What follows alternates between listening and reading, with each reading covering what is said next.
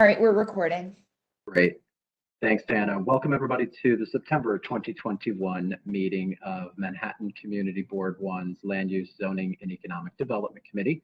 I'm Patrick Cannell, chair of the committee, joined by our co-chair, Laura Starr, somewhere on the Hollywood Squares board, and our director of Land Use and Zoning, Diana Sweetai, as well as the chair of Manhattan Community Board 1 overall, Tammy Mills.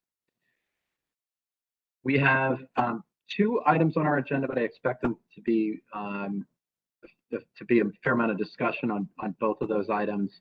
And the first is picking up our discussion about the open restaurants citywide zoning text amendment.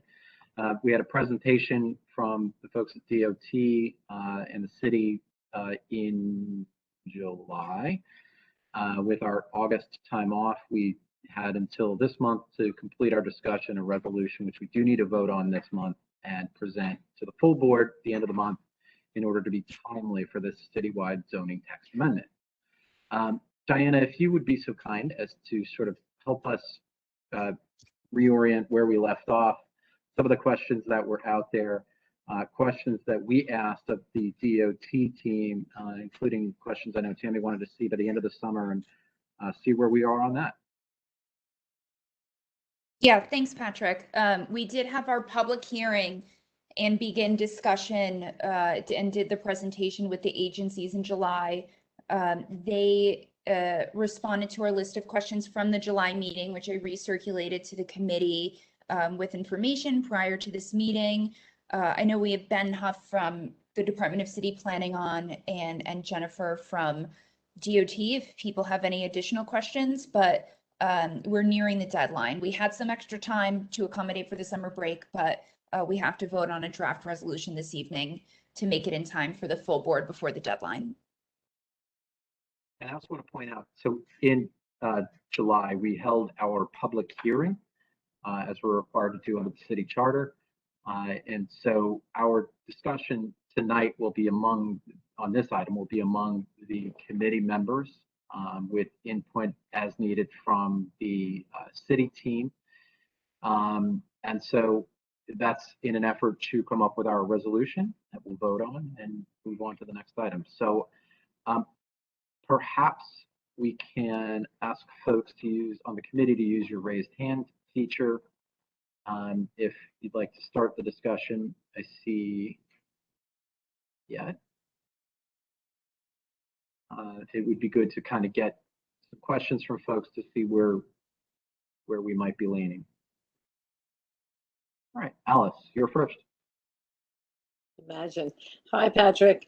Thanks very much. Just a question for you and Diana. I'm noticing, and thanks, Diana, for circulating the questions and answers. It seems like many items are still in play as is, quote unquote, being developed and such to our questions. Has anything come in since this, and I guess this is to Ben, is there any other document that we would be reviewing, or is everything pretty much status quo from the last time, and these answers are what we're going to be basing our resolution on? For example, how does a liquor license apply? I know that was critical to some people. Can they be transferred to the outside portion of the restaurant? These details are still being reviewed. How will DOT enforce this program? Certainly of critical importance.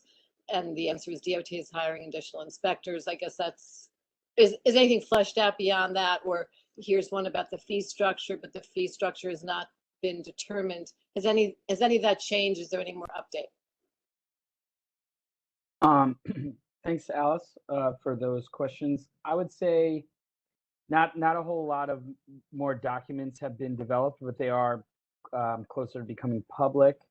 I think we've thought a bit more about the liquor license and that being transferred to the outside portion. So we are working with our state partners that, in the future permanent open restaurants program, they will be able to serve liquor outdoors as they are in the emergency program.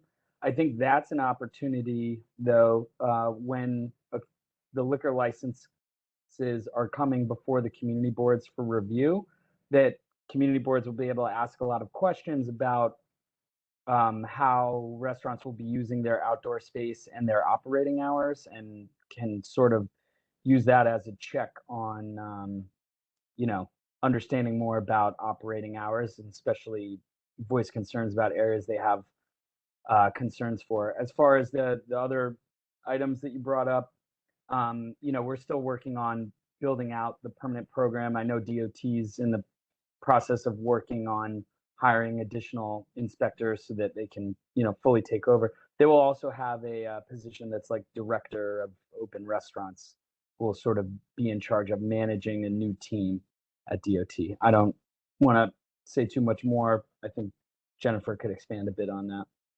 And the fee structure and the citing criteria were also has not yet been determined or are still being developed. Can you give us anything more on those two areas? That's correct. They're still being developed. And just to introduce myself, I'm Jennifer Santinas. I'm the Manhattan Deputy Borough Commissioner with the Department of Transportation. Good to see you all. Happy September. I do want to just reiterate what Ben had mentioned. DOT is continuing to develop and work on all of the programmatic and application details, and that does include the fee structure, you know, how much of a headcount where we're trying to ramp up at the moment and plan for with the permanent program development. And so Alice and others, we are looking forward to sharing more with all of the boards when possible. And as soon as I get a better sense of timeline and when that's going to be, we will be reaching out again. Okay, well, thanks. That's it for me. I mean, for me right now, I would say that all the questions haven't yet been answered, and you can imagine that would be very difficult for the board to come to any sort of conclusive resolution on yay or nay without a lot of this, I imagine, being ironed out. But I'm not sure how everyone feels, but I know that's hard for me to do personally. But thank you. Thanks, Alice. Betty Kay, you're up next, followed by Tammy and then Richard Foreman. If you want to have them go first, that's fine. People on the committee. Okay, so Tammy and then Richard. Thank you. This is for both Ben and Jennifer. The Department of Transportation has a far different engagement purpose and process when it comes with the community. In fact, the Department of Transportation makes decisions before they come to the community board and have community board as part of a notification portion. They are not as, for example, with the SLA rules, the applicant is required to have an extraordinary amount of public notification and come to the community board for an advisory role before they can go to the SLA. It is part of what is a process to ensure quality of life. That is not at all 100% the process that is in DOT. So I would like to have an understanding of, will DOT be changing its transparency and engagement process with the public to match the way that restaurants are required to operate under the SLA guidelines? That's one. And two, open restaurants is a far departure from the DOT mission and the guidelines that are funded under city budget for DOT, which have to do with street safety. They do not have to do anything, quite fact, with liquor laws and things like that. So if you can explain to me how this aligns, or if the city is planning on changing through the zoning text amendment, the mission and purview overall of DOT. Thanks, Tammy, for those comments and questions. I'll approach the second question to start. And so the mission of the Department of Transportation is actually to provide for the safe, efficient, and environmentally responsible movement of people and goods on the New York City streets. And so that includes the public right-of-way, public streets and sidewalks. And with the executive order opening up parking lanes and curbside space on the sidewalk to open restaurants. And now that we're moving through this permanent process at the moment, open restaurants are and outdoor dining are part of the right of way. And that's something that does fall under DOT's purview. I understand that, we're not the Department of Restaurants, we are the Department of Transportation, but it's that safe and efficient movement of people and goods that we're trying to focus on here. I know that the permanent criteria and guidelines are not yet set. But I know that during the presentation, we covered, what we're anticipating and what our thinking is for clear path and safe passage on the sidewalks, and making sure that all the structures are sound and movable so that emergency work and other necessary street work can happen as well. So that's why we're here, Tammy. But that does not answer my question on SLA and establishing guidelines for serving of alcohol and movement of food and beverage. That is not part of DOT, and yet that is part of this legislation. And that is why I'm asking. And the most important part included the process that DOT entails with public engagement, which is completely different and bifurcates the need for an applicant to come to the community board first. I use this as an example of the process that we have had with things such as cargo bikes. The applicant worked out a full-throated flesh deal with DOT first, and the community board was notified and told that you could have a discussion 6 months later. That was not inclusive participation or transparency or accountability, quite frankly, for the public realm. So that is as important to me as to understand how the Department of Transportation is now overseeing liquor laws, hours that liquor can and will be served, and food. And, I also look to my colleague, Ben, to, further add to the SLA question. And although I was not at the presentation in July, I know that Jen and Karin, my colleagues, were there in my stead. What we're looking for in terms of the community board process and engagement for the sidewalk applications is not looking to change. And I think that was discussed at that time. The roadway setups is something that, well, I know, Tammy, I see you shaking your head, but I know all of this is still under development. And with the roadway setups, that is going to be a new process that's still being developed. And so that's the information that we're looking to come and share soon. So Ben, you can clarify that we are being asked to vote on something that we do not have an engagement process developed. There is no transparency in terms of how this will operate, how DOT will determine liquor license laws and hours for timing, and where the public engagement over what happens in the public realm will be, nor which we had a discussion of why restaurants would be allowed to do something that why wouldn't a clothing store be allowed to set up a sidewalk? I mean, I'm a little confused here. Is this far beyond safe passage on a sidewalk and street? This is. Well, I think there's a lot there. As far as the engagement process on the application, so there's two things. There's restaurants will submit an application for a sidewalk cafe in the permanent program. Right now, they are self-certify in the emergency program, but we're looking to, put in place a system that's similar to what was the process before.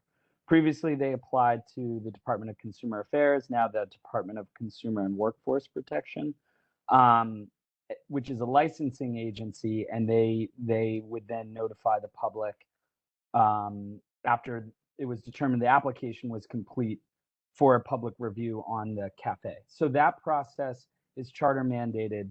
That will continue into the permanent program. That's not changing at all. The difference would be the application is going to the Department of Transportation. They're ensuring that the application is complete, and then they will notify the community board for public review on sidewalk cafes. The thing I was talking about previously is that, when a restaurant applies for a liquor license, and then they come to the community board on their liquor license application, I think the community board will have the opportunity then to discuss how they will be using their liquor license outside, basically how they're running their outdoor dining. They can discuss hours and stuff like that. As far as what the overall operating hours are. Those were established in the previous Sidewalk Cafe program, and those will be the same hours we expect in the permanent program. So those are the same. So it's till midnight, Sunday through Thursday, and 1 a.m. on Friday and Saturday. And at the liquor license application, they can discuss what hours they plan to use. And what happens with those? So, I mean, I see lots of issues potentially in our past because the executive order established guidelines when the city was, for the most part, empty and not, at least for Community Board 1, significantly empty. So that's an issue that that's widely known. Secondarily, there's been no conversation and no answers as to would everyone who currently has a liquor license have to be required to return to discuss the determinations, or would it automatically be grandfathered? So for example, I have a restaurant and my liquor license goes till midnight or 1 a.m. inside. So am I going to be grandfathered to use those rules for my brand new shed outside or Sidewalk Cafe and not have to come to the community board? Oh, and by the way, I happen to be in a residential building. But I'm grandfathered, right? That is a really good question. I'm not fully. This is like the fifth Yeah. time we've asked these questions, Ben. Pardon my frustration with this, but I am so done with, we'll get back to you. We have to vote on this, not only for our board and our committee here, but at borough board.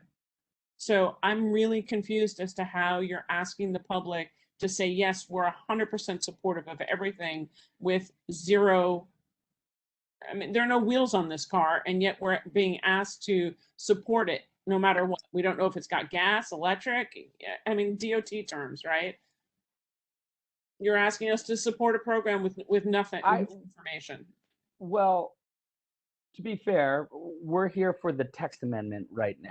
There's going to be further discussions on updating the Sidewalk Cafe regulations and the creation of the roadway program. So The Ben, text. I'm going to sell you a car. It will have no wheels yet, and it will have no gas, and you have no determination of how this thing will operate, but we want you to buy the car. That's really what you're asking us to say yes to.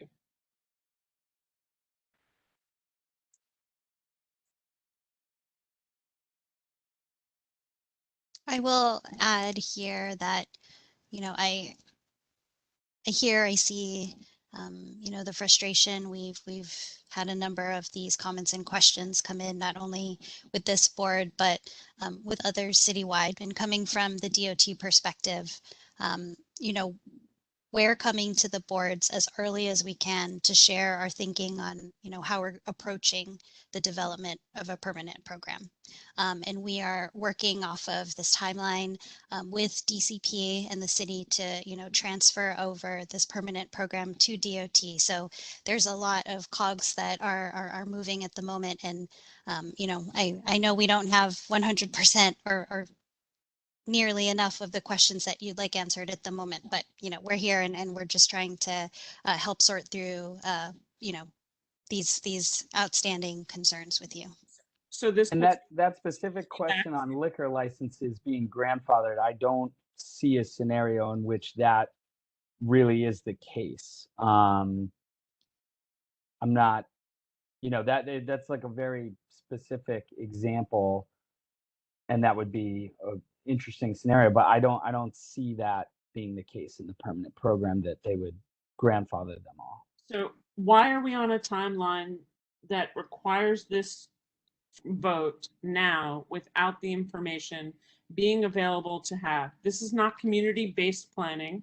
This is top-down planning. All the community-based questions that have been raised within the several presentations we've had have not been answered whatsoever. And I'm still hearing the same things that we raised at Borough Board in August in questions for the last presentation that we had from all of you as well.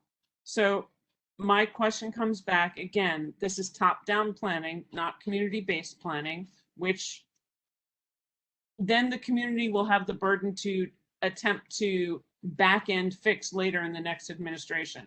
What is the rush to do this now when the emergency executive order does not expire for another year?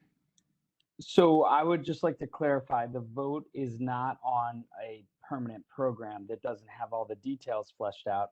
The vote is on a text amendment that would essentially remove geographic restrictions of where people could apply for a sidewalk cafe. And when we went through and we presented to the board back in July, we showed that the rules don't have as much of an effect in Community Board 1 since sidewalk cafes were allowed in most of Community Board 1. So the first, part of the process that we're working on is removing zoning as a barrier on who can apply for the permanent program. There'll be additional outreach and agencies coming to the community boards to come out and work on the additional sidewalk cafe regulation updates as it moves from DCA to DOT. I appreciate your perspective, Ben. I think it's actually quite the opposite. I think you're using a very blunt tool, and zoning is an extraordinarily blunt tool that we have been cobbled upside the head in the last 6 months with in an extraordinary way. And I think that this is not removing barriers to create free market. I think this is actually using a blunt tool without understanding all the nuances that come with it. And it's a dangerous precedent to be setting in this market. And yes, it still does affect Community Board 1 because you're talking about the streets. And with the historic street grid through a majority of where we are, it is very relevant for us. You think we Okay. Demi, thank you very much. We're going to move on to Richard Corman. You're next. Yeah, thanks, Patrick. Glad I followed Alice and Tammy. They Usually really good. covered, right? They covered most all of it. And it's certainly not clear to me now, maybe it should have been, what the difference is been voting for the text amendment versus the program, and maybe that needs clarity. But because certainly, as Alice and Tammy both said, the program, there's nothing for us to vote on at this point. So I don't know how we could possibly do that. But I wanted to focus my question on the fee structure and two aspects of it. I know you've said, obviously, that the structure is still in the works, which leaves it open to anything. As you work through it, are there a set of principles, guidelines, boundaries, something that you could share with us that could help us assess the direction you're going in terms of the fee structure? I'm going to ask my second question, which is more of a statement than a question, and I'll let you get back to answering it, which is, my entire concern with all of this is that this was established to help restaurants in desperate need as a result of the pandemic and try to bring a little life to our communities. But as a permanent program, what I see happening instead is that the street scape in front of a particular building that happens to have a restaurant adds incredible value to that building, which will certainly get passed on to the restaurant in terms of their cost. And so what is the city thinking about that in terms of the original objective of trying to help these small businesses, most of them small businesses, local restaurants, as opposed to the real estate owners themselves? How is that thought process? Is that a consideration in any way? How are you thinking about that? And of course, it does sort of flow over to what Tammy was referring to earlier. Like, what about all the other buildings on the block, and they get kind of screwed because they don't have any restaurant? They have a different kind of commercial enterprise, but they don't get value added this is a very strange approach to wealth distribution that I really don't understand. Okay. Thank you, Richard. Those are some really good points. There are a lot of things we've been thinking about during the development of the program and going through it.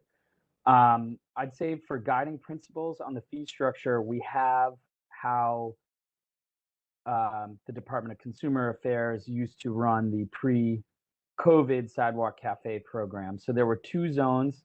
It was Manhattan south of 96th Street and everything else that had two different sort of fee structures. It was a little cheaper out like north of 96th Street and in the outer boroughs. And then based on square footage and how much square footage that restaurants were proposing to use in their sidewalk cafe. So the more space that you used, the more money was expected of you. And the majority of the sidewalk cafes in that structure still occurred in Manhattan south of 96th Street. I think we're looking at that sort of as a guiding principle, but we're also looking at a way to make this more equitable and make sure that restaurants in the outer boroughs, where we've seen a surge of new sidewalk cafes, that they'll still be able to afford to stay in the program.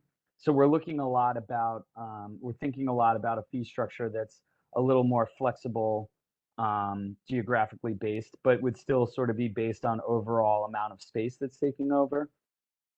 Ultimately, the inclusion of fee structure, as well as an application process and a public hearing process, is we think there'll be less outdoor dining in the future. It's just going to be, it is going to be a burden on restaurant owners to stay in the permanent program, transition to the permanent program, apply new into the permanent program than it was during the temporary program that was self-certified, was free to use.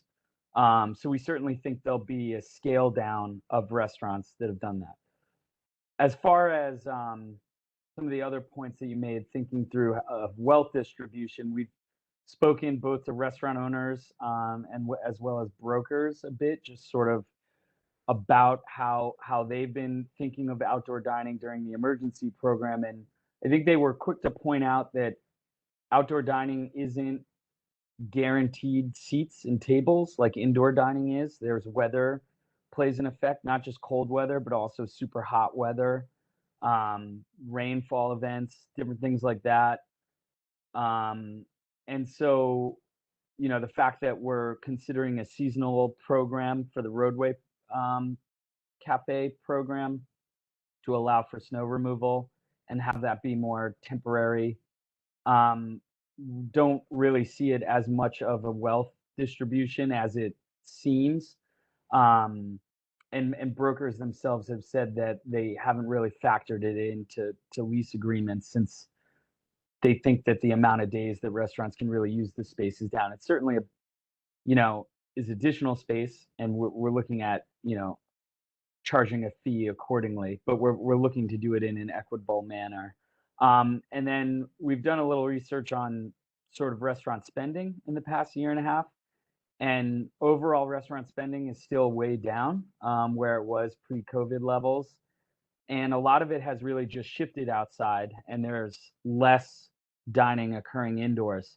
So this is really a tool, outdoor dining, sidewalk cafes are really a useful tool for restaurants while we are unsure of the ongoing sort of COVID-19 pandemic, general aversions to indoor dining, and other challenges that they face, that this will be important to give them clarity and a structured program for them to sort of continue in the future. Jennifer, I don't know if you want to add to that. I think that was a good background, Ben. Thanks. Is that alluding to the fact that the restaurants will not be allowed to put in heaters, air conditioners, televisions, air purification devices, and the like that exist currently in the sidewalk sheds?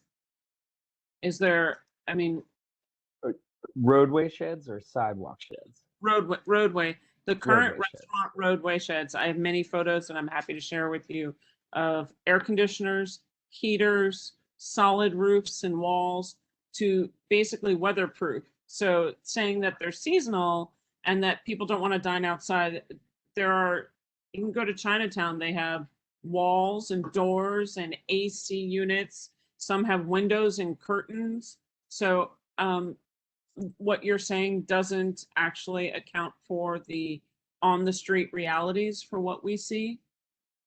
And the legislation doesn't say anything about that either. No, these are really good points. These are things that have occurred during the temporary program that we're learning from, and they are not proposed for the permanent program. So restaurants that have sort of overbuilt in these roadway structures, and again, that doesn't have anything to do with the text amendment because the roadway cafe program is created through a different venue, but that we are not expecting to allow all that electricity, temperature control devices in roadway programs in the future permanent program. So they will have to scale back. And where is that noted anywhere?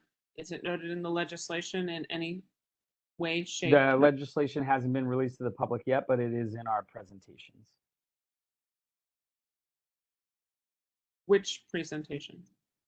The one that we have been giving to community boards. We've been very clear, they're not allowed to have sort of this in the permanent program. We've said it. I don't know if it's directly on the slide, but in the sort of updated, presentation, I'd love to see an updated presentation because I mean, I leave it to the rest of the board members, but I don't remember seeing anything like that. Are those conditions allowed in the non-permanent facilities now? That's to Ben. I don't know. Is that correct? I don't want to, I think Jennifer, I can't, unfortunately, I'm using my phone because my laptop's being serviced right now, but DOT has a website on guidelines and guidance of the emergency program and sort of what's allowed and what's not. Hi, this is Joe Lerner. You did not say whether it would be put in the legislation or not. You just said it's been in your presentations. They're two different worlds, your presentation and legislation. Any response?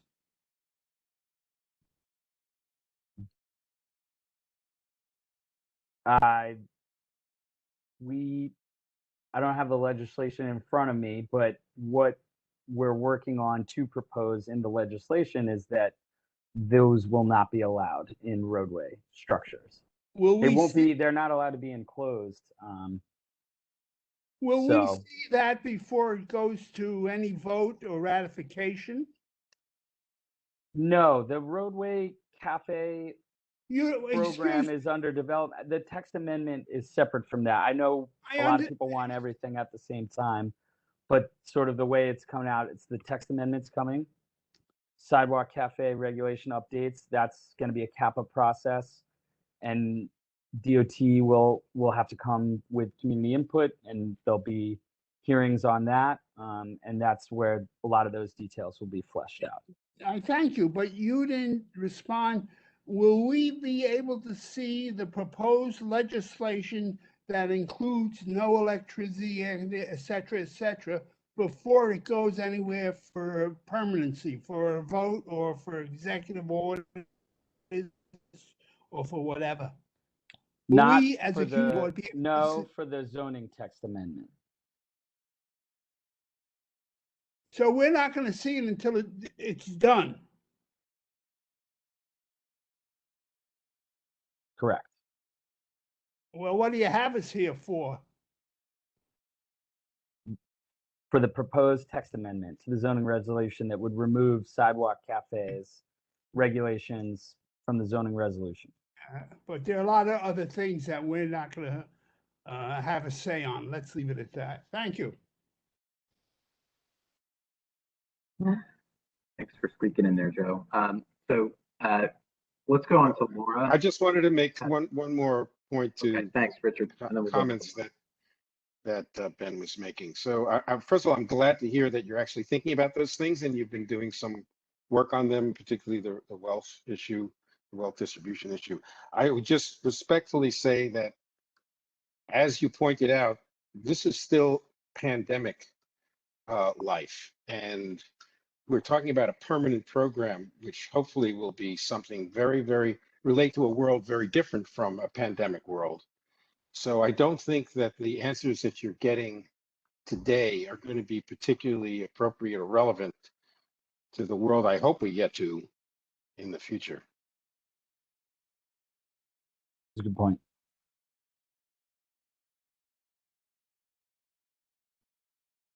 Hey, Patrick, can I just make one quick comment?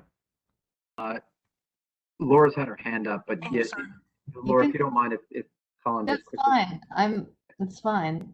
Okay, Colin, please, quickly, and then Laura, and then Alice. Yeah, I'll be super fast, and then I have to go on mobile and take my kid to a soccer game. But look, my comment on this is the chair of the not operating small business committee. Is I'm inclined to want to be helpful and support the city. There's a lot of things here I think that help small businesses survive, not just during the pandemic, but ongoing, given all the other things that weigh on them. But you're not really giving people like me a lot to work with here in terms of trying to be supportive of this proposal. So, as everyone on the board knows that I hate voting on things that I don't know a whole bunch about, which happens a lot. But you're just not giving us any information. And at very least, you could have reached out to me and given me some information, but I don't know what I'm voting on here. There's just no information. You just got to do better. That's all. Yeah, they don't. Laura? So just so I understand this, because I was trying to reread the text amendment. So right now what you're saying is some neighborhoods, like let's say our neighborhood in Tribeca, Lower Manhattan, it's like the zoning allows for sidewalk cafes, whether they're on the street or not, like just to spill out onto the sidewalk. But you're saying some neighborhoods don't have that option? In other words, is there a way to bring other neighborhoods up to the standards that we have now without this permanent restaurant on the street legislation? So the zoning text amendment doesn't affect roadway dining at all. Zoning doesn't extend into the street. Okay. Sidewalk cafes have been they were absorbed into the zoning resolution about 50 years ago. And over time, the rules of sidewalk cafes changed on where they were allowed, where they were not allowed. They changed different typologies to allow more cafes in certain areas. That was the creation of the small cafe amendment. That was the most recent one in 2003. So as I'm working through the sort of CPC report and the history of sidewalk cafe zonings, it's been tweaked and changed a lot. But zoning is the gatekeeper of where restaurants can apply for a sidewalk cafe. And in many cases, we actually would have building owners come to the CPC requesting a commercial overlay to legalize sidewalk cafes so that they could even just apply for a sidewalk cafe. So you could not apply for a sidewalk cafe unless you had zoning. In addition, you have to meet siting criteria rules that, to make sure you have a clear path and that you meet all the requirements of the sidewalk cafe, appropriate distances from things like subway stops. So we suspended a lot of this during COVID-19 to make it easier for restaurants to move outdoors because there was a ban on indoor dining. And we found that many restaurants were pretty successful, sidewalk cafes were successful in areas that zoning perhaps had not contemplated before. One, for example, would be restaurants in residential districts that had really wide streets. There's a couple examples sort of in Clinton Hill and Fort Greene in Brooklyn. And so what we're proposing is removing sidewalk cafe regulations from zoning and then focusing only on the siting criteria, clear path requirements, appropriate distances from things like tree pits, and that's what will determine who can have a Oh. sidewalk cafe or not. When we say that, Community Board 1 is a little exceptional because outside of Broadway, pretty much all of every sidewalk was accessible for restaurants. If they wanted to apply for a sidewalk cafe, they could. Now, many didn't because they probably couldn't meet an 8-foot clear path, especially sort of in more of the financial district area. So the effect that this zoning text will have is really just removing zoning as the gatekeeper of who can have a sidewalk cafe or not. They'll still have to meet these sidewalk, sort of the citing criteria, which I They have to know meet the people want to citing- know more about. Right. They have to Most meet of the that, citing criteria, but not the zoning. There won't be a zoning overlay criteria on it. It'll just be like, do you have Correct. this clear? Do you have this? And- Do you have that? And I guess community board blessing. right. somewhere in And there. I could just say, one thing that's carrying over from the old program to the new program is that the 8-foot clear path requirement is staying the same. We've even proposed in our presentation, still to come, but 12-foot clear path on busy streets. So they would be more restrictive in certain areas. And so, restaurants will have to, ensure that they meet all of those requirements. And as we're moving it over to DOT, we're also contemplating ways to kind of update, DOT has a more holistic view of the curb and the sidewalks and the streets, so can think more about, the other competing needs and ways to sort of update the actual license that shows, that they need to meet that they're meeting the clear path requirements and that they're adhering. There's more transparency in the license of what they're approved to do so that people walking by can see what's there or not. So there's a lot going into that. That's going into the updating of the So- sidewalk cafe rules. And just one thing, City Bike wasn't something that existed in sort of the obstruction buffers of the old sidewalk citing criteria. So that's something that, we're updating. An example of like something specific that we're bringing it in line with. So Patrick, you can cut me off. I mean, I'm so new at this really, but I mean, the zoning enables there to be a restaurant in the first place. No, like, isn't there certain zoning that would say you can't have an indoor restaurant even? Correct. And we're not proposing changing that. So, you still but my can't as of question right. is, Yeah, go ahead. So in other words, if in one of these other communities, let's say a residential community in Queens, where they've been allowed to have their restaurants, right, indoors, but there was something in the zoning that prevented them from being able to spill out onto the sidewalk, even if they had enough clearance and all these other citing. I think just instead of spill out into the sidewalks, like apply for a sidewalk cafe. Sorry. But same thank thing you. though. Sorry. Yeah, Okay, yeah. that's fair. Apply. Apply for a sidewalk cafe, right? Right, They weren't correct. able to do that. So, and that was because of something at city planning.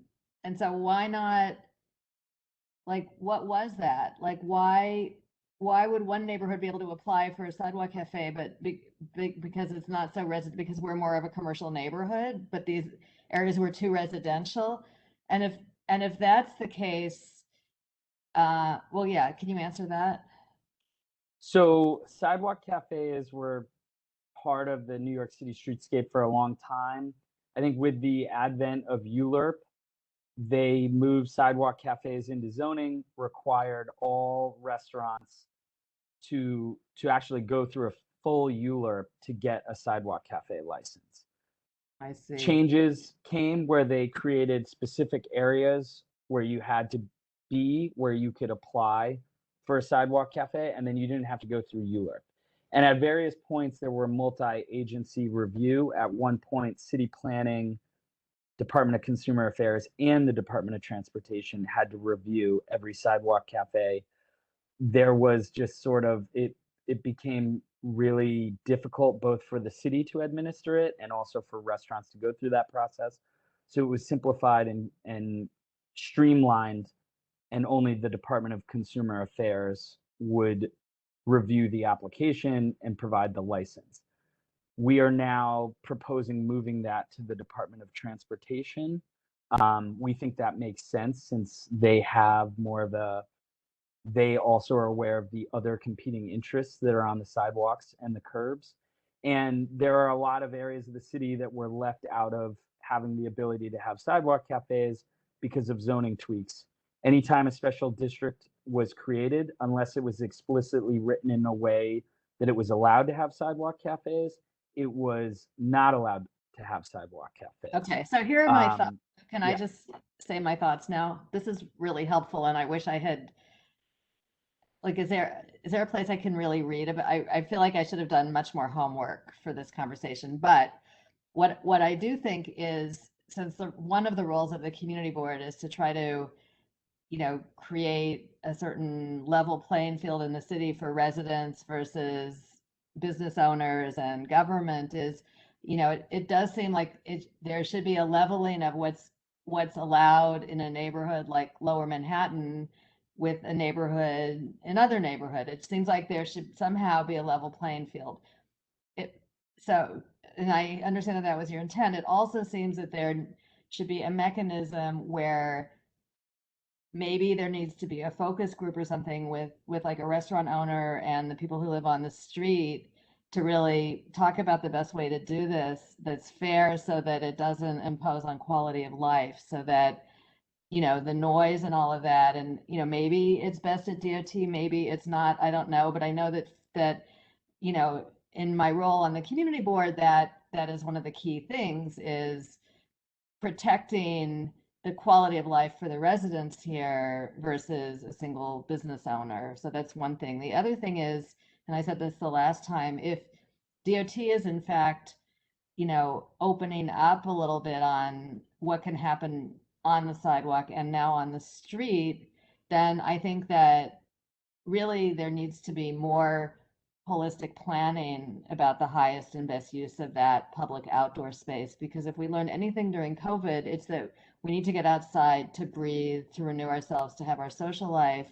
And we shouldn't just have to pay to be in a cafe to do that. And there was a very, you know, cogent article by Lynn Ellsworth about this. I don't know if you read it. It was in the Daily News about like the economics of the street and who is it for. And if you're going to have a restaurant, you know, a cafe there, why not have, you know, a garden for kids to play in? Or, you know, it could be any number of things. It could be bioswales now that we have all this flooding. So I don't know. That's my kind of philosophical take on this. You know, I'm not saying yes or no, but that's kind of how I frame this. Oh, those are good points. Those are things that, you know, we're thinking a lot about. I'd say with this text amendment, it's just a sort of a weird quirk of history that, you know, we've inheriting this zoning resolution that has very specific regulations regarding sidewalk cafes.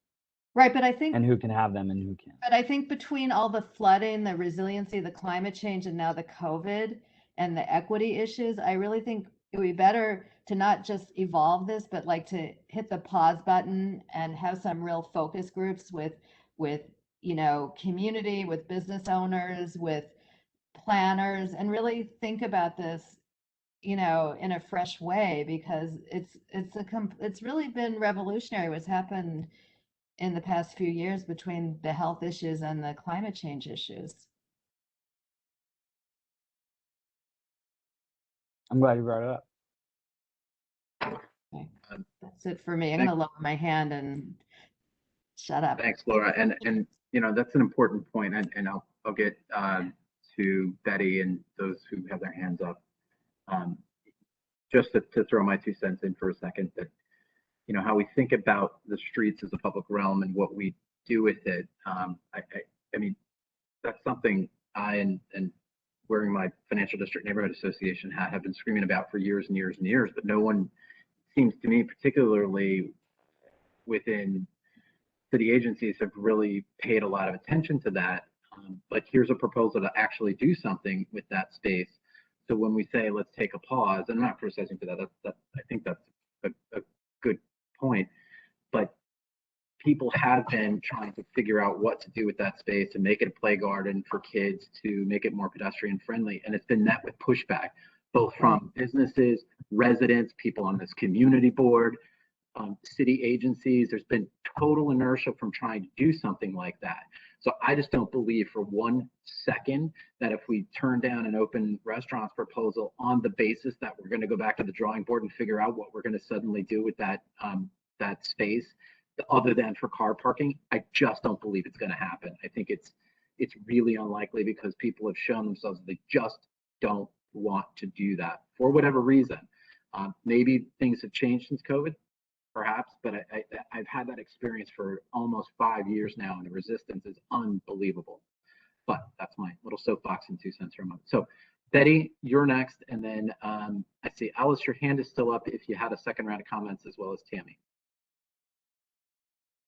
Thanks, Patrick. And I'm going to ask Ben to please intercede at any point where you say that's really a DOT rule issue. That is not a text amendment issue. Because I think a lot of people are skating over that line a lot.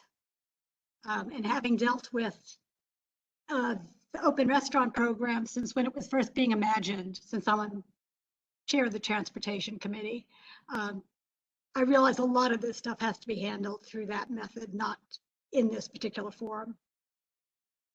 But I do have a number of comments I want to make, especially as somebody who has been looking at these things for a long time, and two, is very aware of the wheelchair user community. And a lot of things aren't factored in to really accommodate them terribly well. For instance, the statement about 8 feet or 50% of the sidewalk doesn't really make sense at all in our neighborhood, especially. 50% of the sidewalk could be a foot, could be 1.5 feet. There needs to be a minimum amount of space that is specified. So it's 8 feet or 50%, whichever is greater, so that it only goes up to the 50%. So if you had a 20-foot sidewalk, there would have to be a 10-foot clear path. So 8 foot is the minimum. There always has to be an 8-foot clear path. Okay, great, thank you. Minimum. Another is that, pedestrian space, where you talk about the clear path, needs to be better defined. And I start that with, one, it has to be unobstructed very clearly. If you look at the DOT website and look at their diagrams, they put the bus stops, they put the signage, they put everything in that 8 feet. That doesn't do me any good because it's not usable space for the pedestrian. It's obstructed space. So not only is it clear that it is completely unobstructed, 8 feet, or if it's greater than that, but also, and that means no scaffolding, that means no bus stop, but also that it has to be level, no cobblestone, no driveway, no curb cuts. If you've ever pushed a wheelchair, you can't go straight if it's an angled sidewalk. You have to push much harder on one side than the other. And you tend to wheel and fall into the street a lot. So it's really important that be clarified as well. You know, what the clear path is.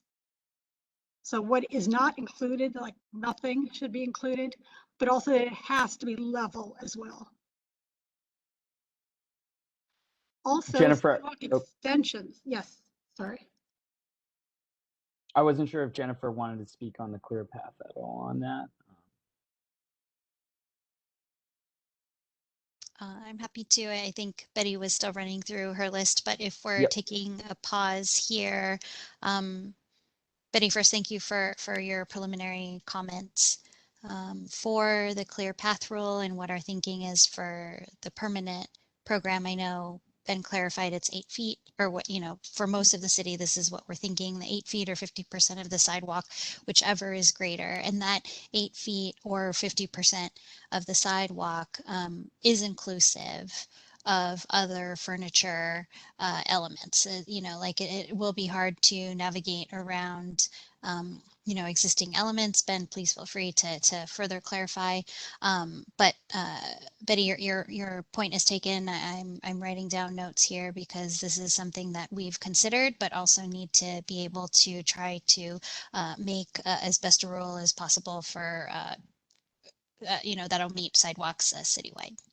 Rex, I want to give you an example from my neighborhood. If I go down VC Street, because I'm in Battery Park City, and there's a whole string of restaurants on the north side of the street, but they use a cobblestone kind of texturing that's next to the sidewalk.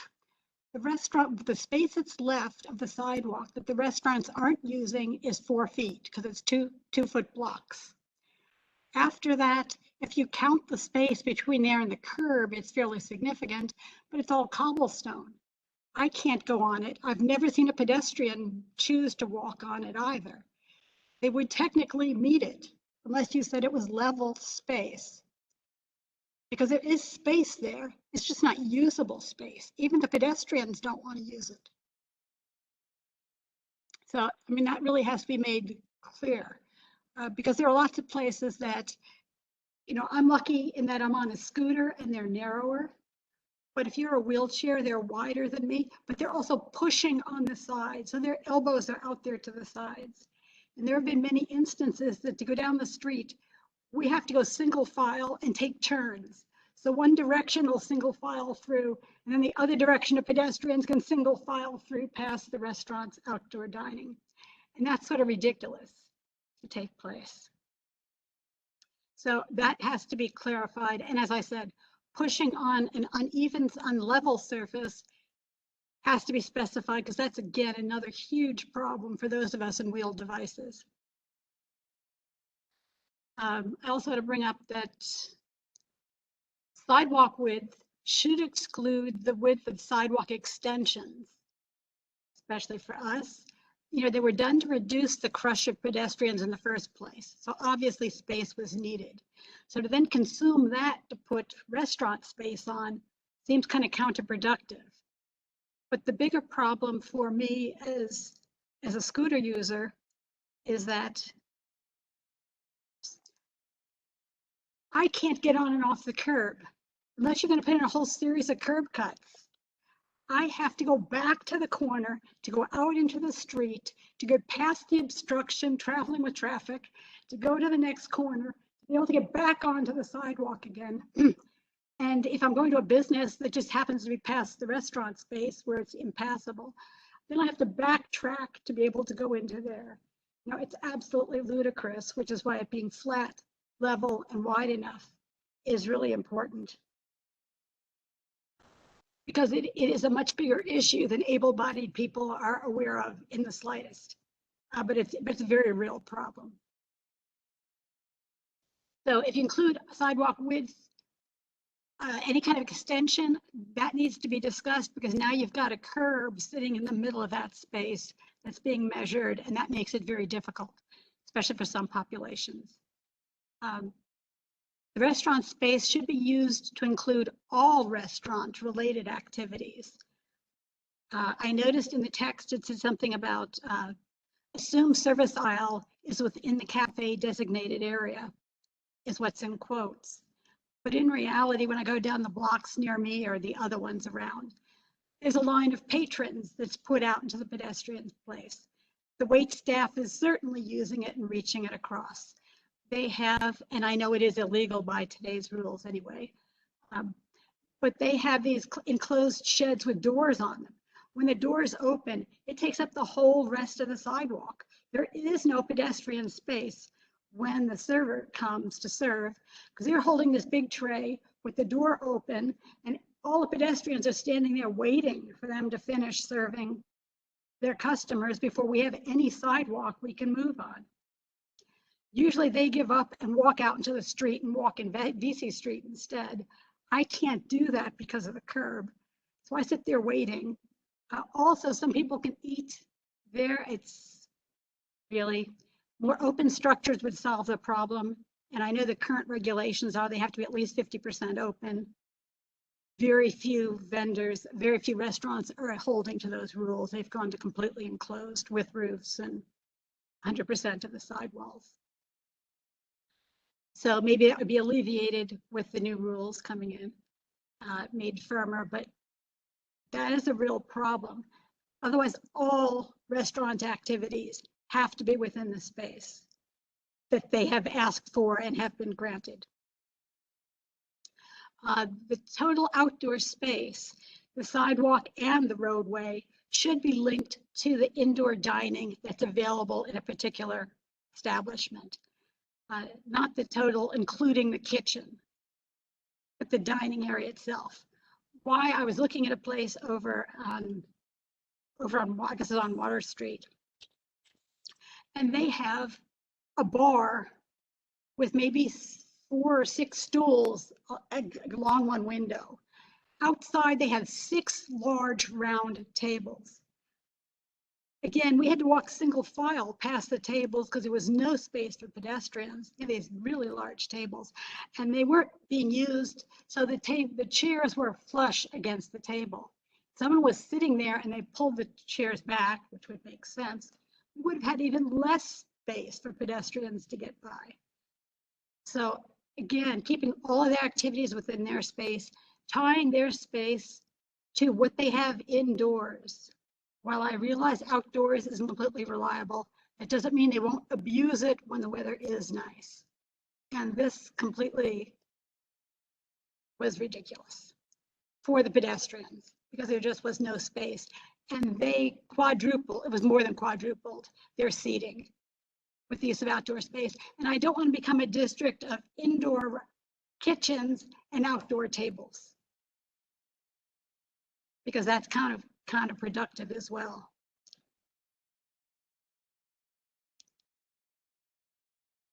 And finally, I just make a comment that I was talking to people from CB4.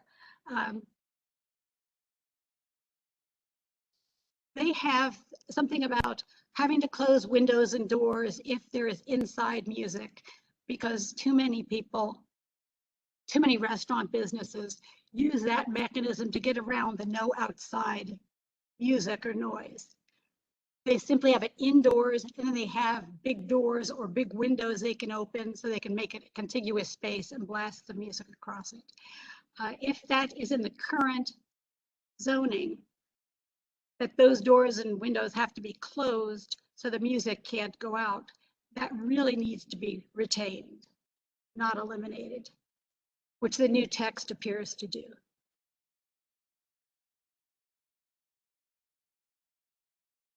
Right.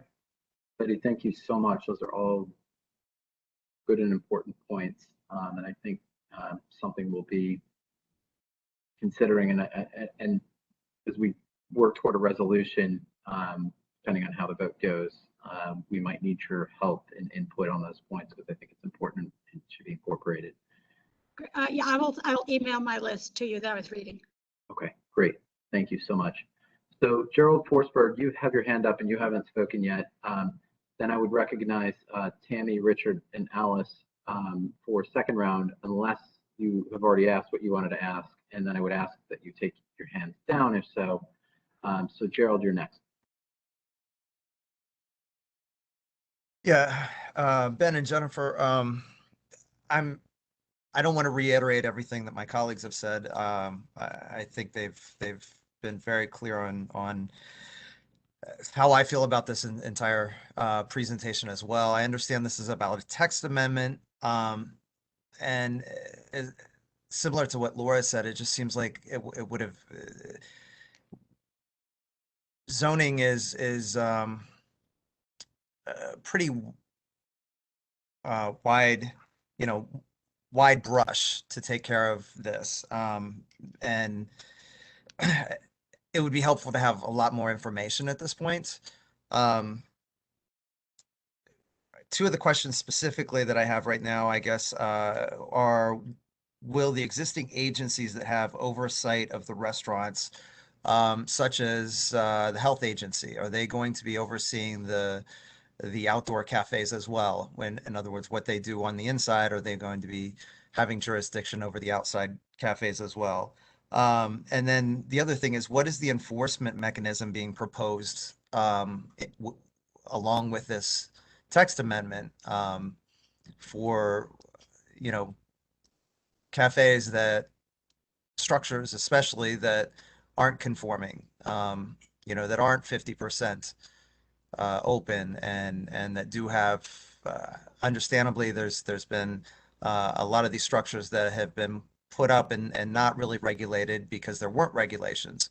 But what is the enforcement mechanism that's being proposed along with the text amendment through zoning? Okay, so for the first question, the Department of Health has already begun inspecting outdoor areas when they're going out and inspecting indoor areas of restaurants. I know they're a bit, they were paused for a while because of the state of the emergency order.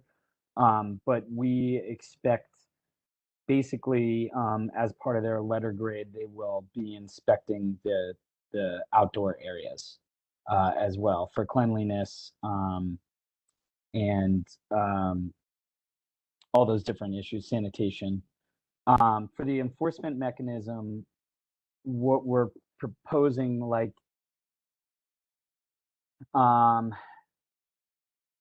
we're basically, we're moving it from the Department of Consumer Affairs, which is a smaller licensing agency, and moving it to the Department of Transportation. They will be in charge of inspecting structures and making sure they comply.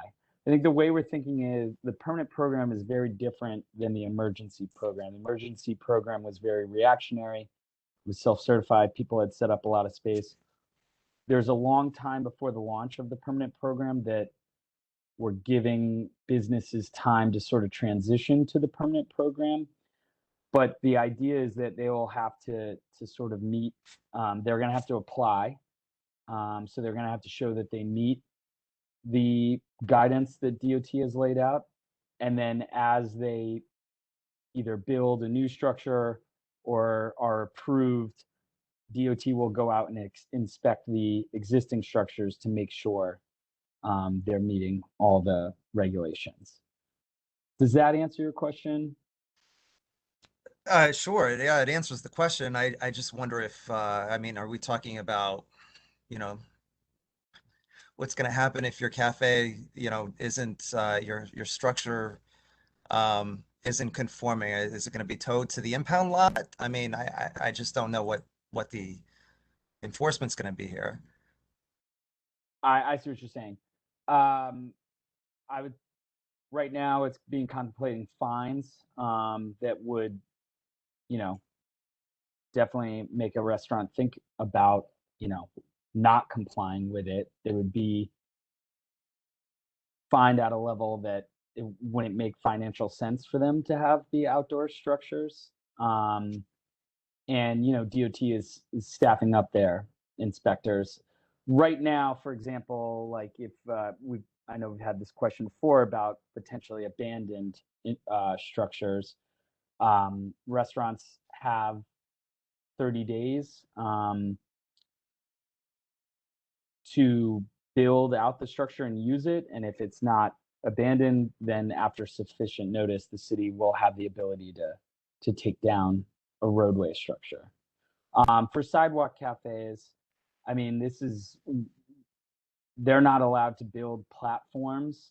It's really readily removable tables, chairs, and fencing. So they will have to remove that from the sidewalk.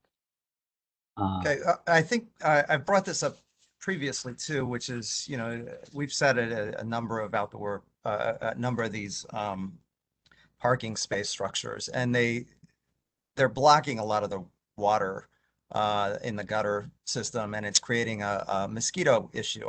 What about whether it's mosquitoes? Now we're also introducing not just the sidewalk cafe, but a more permanent structure where food can get stuck underneath of it. Has DOT looked into how the rodent population is, whether or not it's increased due to these things at this point, and what is going to happen if it does, when it becomes permanent? And then I think one of my other thoughts on this is that, similar to other structures within, and other issues within the communities, would each individual structure and restaurant be coming before the community boards for review and whether it conforms, and you start to get into situations where maybe there's a historic landmark building, but there's a roof structure and things are being attached to the facades and things that nature. Again, I just don't. I understand Jennifer, you've said that DOT is creating this entire new agency sort of within DOT, and as it is, it seems like that agencies have difficulty working with each other and coordinating.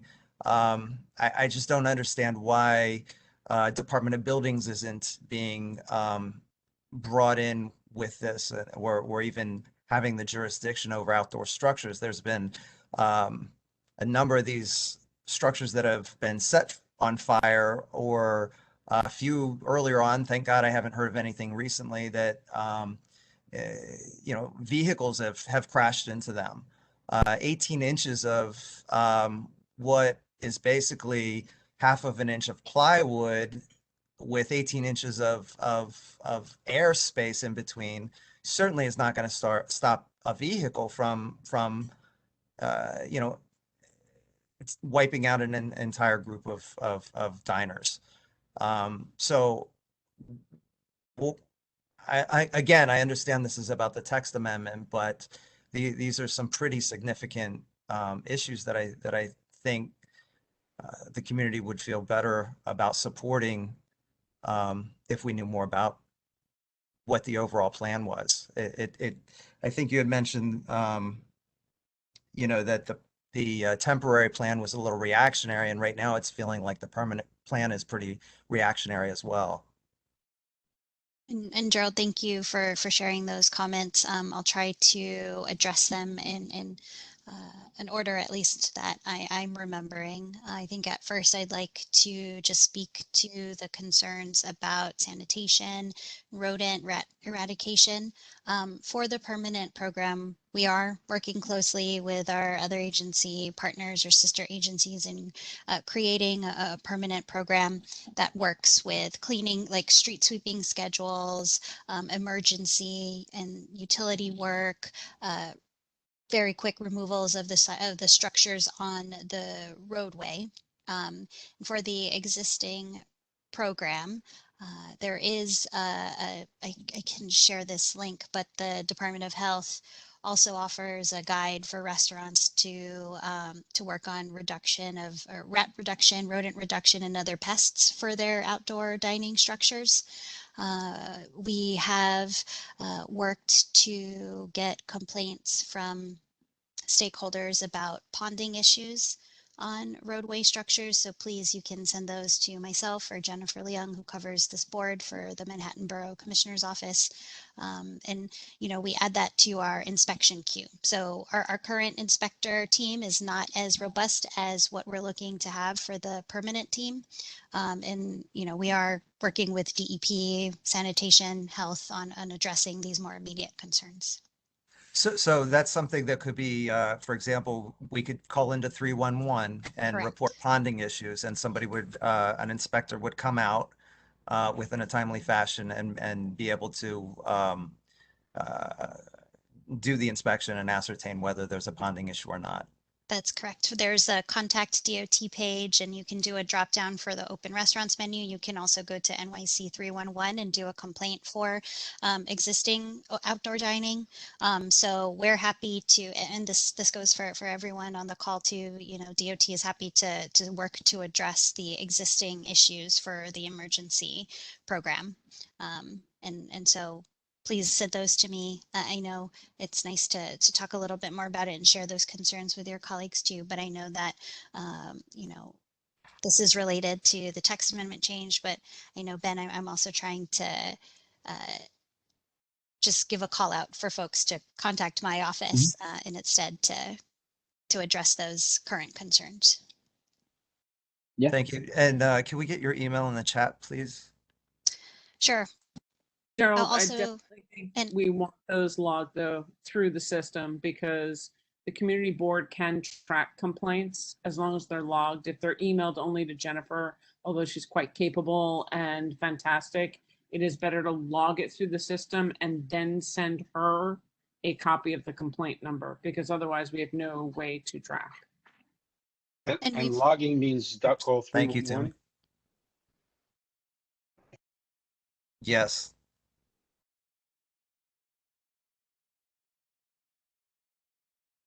All right. Thank you, Gerald. We're gonna go to Rosa and then for the second round, Richard, Alice, and Tammy have their hands up. I just want to alert folks, we've almost been going for an hour and a half on this one, and we still have to come to a resolution, and we still have a major item right after this. So please, please, please be mindful of the time. And let's see if we can't wrap this up in record time. Rosa, we're next, and then for those with second round questions, if you wouldn't mind kindly keeping them as brief as possible. Thank you very much, Patrick. To me, it sort of feels like you're asking for us to sign a blank contract where you're saying, trust us, but we'll just fill in the details later. And that, I think, as a community board, it would be very irresponsible for us to do. I mean, as you can hear, we have put a lot of time and thought into this proposal and what you're requesting. And I think that that should be met on your side with as much certainty. It would be different if you were coming to ask us for input and a dialogue, but it doesn't sound like this is the case here. You're really just asking for our approval and then we sort of disappear while you make up your mind on the details. And that just doesn't seem right because, you know, zoning text is extremely detailed and granular for a reason.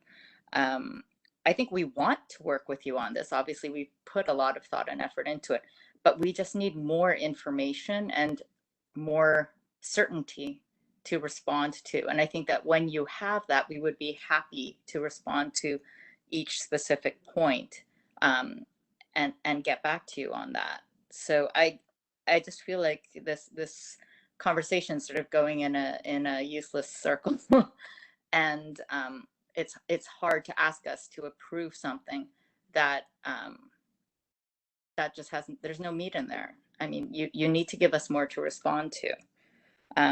And then we would be happy to discuss it with you and work with you on it. That's it. Thank you. Thank you for your comment. Thanks so much, Rosa. Richard, Alice, and Tammy in that order, please. Yeah, so I first have to just reemphasize the rodent issue. I'm glad you brought it up, Gerald. It's really everywhere in our neighborhoods. But I was going to ask, try to, for my own simple way, try to understand what we're trying to do here in terms of the text amendment. Is it the case that the text amendment is in effect separate from, but allows the future establishment of the permanent programs, and that the permanent programs would come before us with all of the issues that we've been raising and an opportunity to discuss them, and those programs could be implemented in a way now that the text amendment is gone, but the text amendment being gone doesn't assume that those programs are approved or have our approval. Is that a correct statement? I mean, I'm trying to, in a way, respond to something, to what Rosa was saying, and really what we're all saying. Clearly for the program, we don't have enough information. But if what you're asking is, this is a text amendment that separates zoning from the allowance of a program that permits something to happen on our streets, on our sidewalks, rather, because it's not even the streets, but on our sidewalks, that is already happening in a somewhat unequal and kind of haphazard way, and we can make better rules about them once this text amendment is gone. That's what you're asking us to approve. Is that, am I getting this right, or am I missing the point here? You are getting the point really well. There is more work and conversation to come on this sort of permanent open restaurants program.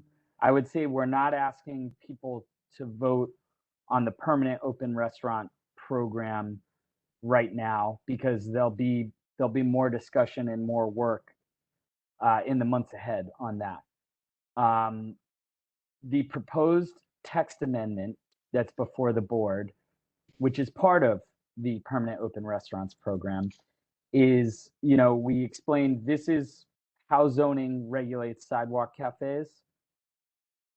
We've had many restaurants sort of take on sidewalk cafes during this emergency program during COVID. We are proposing to remove zoning and basically these geographic restrictions on who can have a sidewalk cafe and who can't in zoning. And that in the process of updating, more will come on updating the sort of sidewalk cafe regulations. They still exist in admin code rules, so they don't only exist in zoning. So really, we're just saying, should zoning has geographic restrictions on who can have a sidewalk cafe, who cannot. There's, I want to say, somewhere around 2,500 restaurants that are operating that would not have been allowed had zoning been in place, and that we are hoping in the future non-emergency program they can apply, but they will only be approved as long as they still meet the other setting criteria, rules, and requirements of the permanent program. Does that make sense?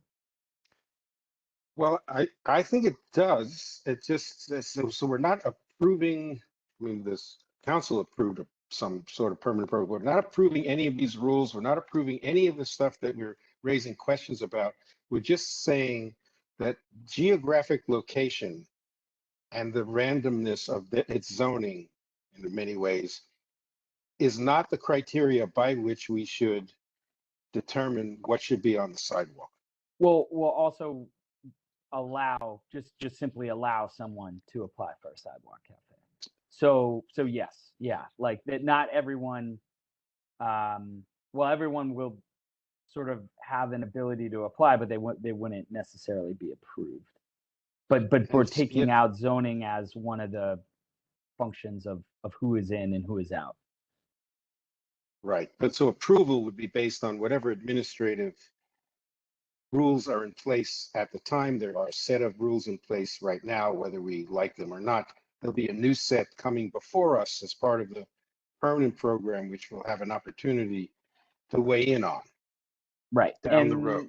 Full program launch right now is expected in 2023. The emergency program will be here for some time. And so, we don't have strict details, but we're hoping to roll them out, well in advance of this permanent program launch. I think that answers my question. Thank you. Thanks, Richard. Tammy, where'd you go? There you go. Okay, Alice, then Tammy. Please. Yeah, just a quick question. I definitely think we need to move this along. So I'm sort of reticent to ask it, but if you could give just a 1-minute explanation, Ben, or whoever can, on how this affects us vis-a-vis enclosed cafes in Community Board 1. And 2, I would just want to clarify for Richard what we are voting on, and this board should be very careful in understanding it, is we're voting on removing zoning on this application. In other words, zoning was in place. It's a deletion for sidewalk cafes for a reason. And yes, it is somewhat arduous and not great for many people who apply, but let us not forget all the quality of life issues that have been reviewed today that were the reason that the zoning was in place, in part. So in determining whether you want to remove zoning and the review of pesky organizations like the Department of City Planning agencies, that is a big decision. And this particular board has had some pretty bad examples of when we take away zoning, or even when zoning has been taken away from us, something coming later this evening. So I just want to make that clear. That is really, I think, in part, and correct me if I'm wrong, what is being asked of is to remove this from the text amendment. Anyway, back to my original question, just a quick, if we could just understand, because enclosed cafes were very, very well controlled by a zoning. And I'm grateful for it personally in our city sidewalks. How will that change here in Community Board 1? And then that's it. Thank you. And I move to do whatever we can to get the resolution going. Thanks. Okay, thank you, Alice. That's a good specific question, and I have an answer for you. So the zoning text amendment would actually sunset the enclosed sidewalk cafe program. But we are going to grandfather in those that were licensed pre-COVID. So as we are deleting the zoning and replacing them with rules at DOT, people won't be allowed to apply for enclosed cafes in the future. But we will grandfather in the 100 or 102 that were licensed by the city pre-COVID. Wait a minute, the public can no longer apply for an enclosed cafe ever again in this neighborhood? Correct. Thanks. So enclosed cafes, the cafe typologies exist in zoning. There's unenclosed, enclosed, and small sidewalk cafes, which can only extend 4.5 feet out. They're unenclosed cafes, but they can only extend 4.5 feet out. By removing it from zoning, we're collapsing those typologies. Only unenclosed cafes would be allowed, and the rules would be focused on clear path and the ability for restaurants to meet the clear path. But we would essentially be getting rid of the enclosed cafe program. But those that were licensed pre-COVID would allowed to be grandfathered in. So if I'm understanding this, with the permanent changes, no future restaurant owner could apply for an enclosed cafe anywhere in Community Board 1? If they didn't have it pre-COVID, no. And it's something that we've seen restaurants build during the emergency program, despite guidance against it. And we don't want enclosures in the permanent program for the roadway or for the sidewalk. Thanks. All right, Madam Chair, Tammy? I have I appreciate everyone from the board for all the questions they've raised and the comments they've made. Alice, that was a particularly interesting question because it's not been raised before, so it's a little disconcerting. I do think that the community has had better quality of life from an enclosed cafe when they are built for sound and oftentimes clearance because it attaches into the restaurant. We will need to do a resolution about the text amendment, but I think that there's so much that is unknown to us that I do think that we need to reserve a right for comment. I am concerned and question, and this is for Jennifer and Ben, DOT does minimal amounts of enforcement as is currently stated. So I bring up something like we save the street cart vendors for an integral part of the sidewalks, whether you love them or not. And they have a particular need for real estate. And so how would this affect them or not? And when we look at, for example, things for sidewalk clearance, because they are supposed to be a certain 6 feet, I think it is, and Betty can correct me, 6 feet minimum from the crosswalks, and those often are not followed up and enforced. And I'm unclear to me as to if you're doing sidewalk enforcement, are you now going to be with open restaurants doing street carts? Who enforces the sidewalk usage for street carts and their clearance and how that interrelates with where you're going with this? So street vendors are not under the jurisdiction of DOT. They fall under DCWP, but also food permits for vendors are also under DOH. And so those particular permits are not tied to location. So that will be very different than the open restaurant programs and how they're tied specifically to the frontage of a ground floor establishment that meets the given and developed siting criteria. We don't anticipate it. Sorry, Tammy, go ahead. What determinations in this program and considerations are done? Because what you're telling us is that the zoning is and DOT is responsible for the measurements and determinations of sidewalk space. That has brought up an enormous amount of really good information about the competitive uses, including your own signage that's there, bus stops, and street carts are another sidewalk usage that is not included in the dialogues that you're having here necessarily about width of sidewalk, clear path, and other things. Newsstands, things, many other things like that that are competitive uses on our sidewalks. So where do they fit in the plan? And knowing that there is no enforcement, or I take that back, enforcement for street cart vendors will not be a part of DOT. How is that dialogue working within the agencies if we're talking about the same square footage? And so we can have those conversations with DCWP and DOH as we have when any other street vendor concern does come up. We don't anticipate there to be many conflicts between vendors and open restaurants because there have not been many with the emergency program. And we also don't anticipate the vendor permits counts to change because, and I hear the concern.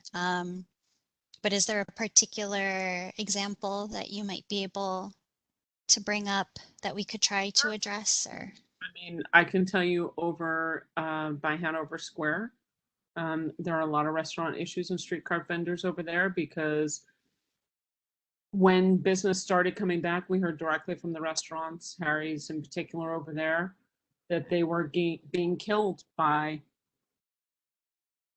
the proliferation of street cart, and the street cart vendors need a place to be as well. So, we're talking about the same square footage on the same sidewalk and being asked to say that DOT will now be remove all the zoning. DOT is going to work on it, but we don't know any of the design requirements yet. There's been no design review process given to the community. There's been no information on enforcement. There's been no information on, from soup to nuts, there's nothing for the community to comment on yet. So I asked Ben the question of, why are we rushing through this until some of these questions are answered? Why not pull back the text amendment? Because there is no urgent need for time since the emergency executive order extends. Where is the fire here until the questions are answered? I'm trying to think of how best to, we're moving forward with the text amendment first, and we are still committing to the work of everything else that you outlined. But that's not a guarantee. You're asking us to sign a blank check for you. Correct? The that's really what this is. Updating of the rules, it's charter mandated that there has to be public input on that. So it is, we are working on laying out a process for that. Which is akin to, you're asking us to give you a blank check because the public process hasn't been laid out yet either. So I'm going to shut up and thank you very much for both of you for coming. I mean, Jen, you do yeoman's work over at DOT, and Ben, thank you very much for coming and answering questions. I am sad that we didn't get the answers to the questions that were raised the last time everybody was here because they've been repeated and there has been no follow-up since then, which does not inspire me. No offense. Thanks, Tammy. Joel, I see you have your hand up. Was that from before? If not, I'm going to cut off the debate. We are over an hour and 40 minutes now on this one item, and we have another big one with a public hearing right after this. So Joe, did you have anything quick, or was that up from before? Patrick, thank you.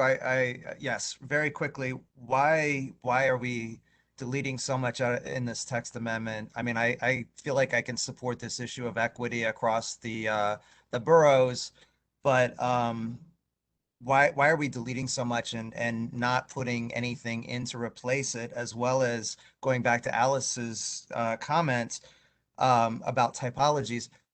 Why aren't we just creating a new typology that goes hand in hand with the existing typologies? That's all I have to ask. I'd just say there was 3 typologies. We, enclosed cafes was a sort of unique typology. It was joint city planning and Department of Building review of a structure that was extended out from the building that had very specific requirements for it. We don't see that as necessary in the future program because there's other options for restaurants for dining outside of their restaurant, a sidewalk cafe or a roadway cafe. And so, we're collapsing those typologies, and the focus will be on sort of the clear path requirement that restaurants will have to meet for sidewalk cafes and determining what they'll be able to do with their sidewalk cafe. Thank you. We don't have the time for it here, and this is one of those questions that I mean, we just need to dig into it deeper. I hear where you're going with the answer, but it really requires a lot more discussions, and we don't have it tonight. So thank you. Well, it's an enough segue into the end of debate and talking about a resolution.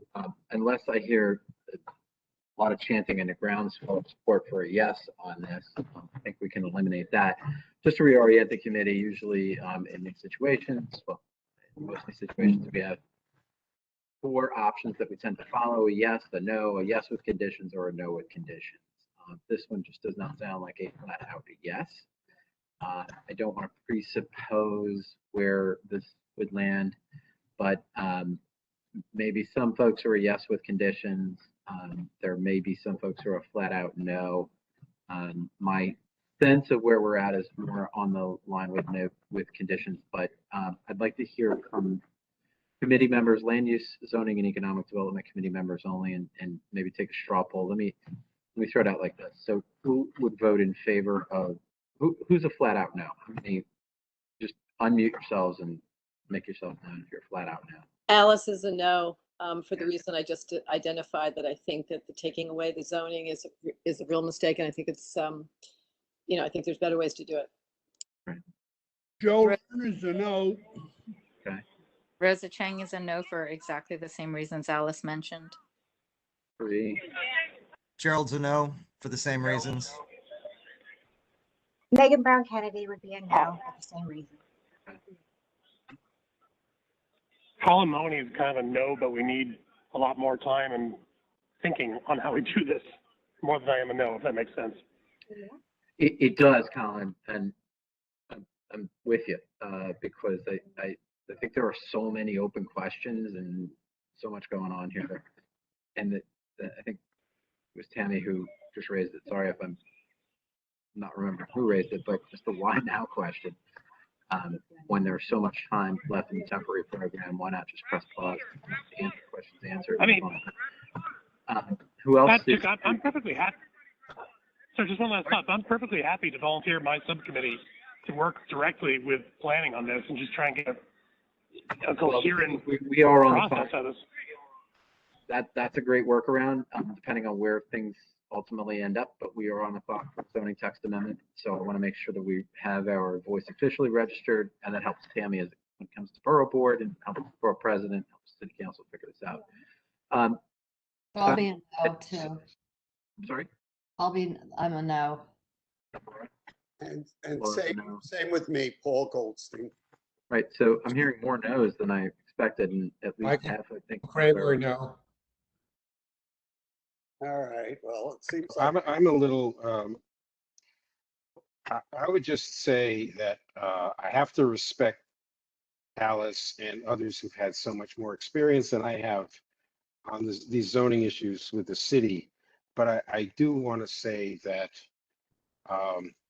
kind of the arbitrariness of zoning as it applies geographically doesn't strike me as the best way to regulate a quality of life issue across the whole city and an industry. And I think that there's got to be a better way to do it. Maybe taking away the zoning is too quick, like this is too quick a move for us to do without addressing it further. So I'll just, along with that for that reason. But I just don't think that's where we need to end up, as zoning is the control.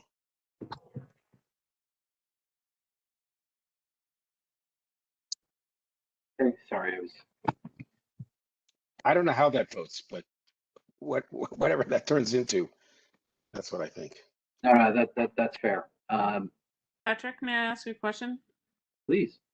With us being a no, is there a point of listing on a resolution all the wishes and thoughts that we have as to why we are a no, specifically, including, with all the notes that have been said, between Alice and Betty and everything with ClearPath and, quality of life? Is there a point to taking all of that and putting it together and saying that, we think this should be delayed and until these questions and issues are determined and worked out? And it's not a no unless, it really is a no, but here's why. Yeah, I think it's just stating the reasons why. I think that's exactly how we would set up the resolutions based on what I'm hearing from the sense of the committee. I guess I may have read the room a little wrong. So are there those who are a no with conditions?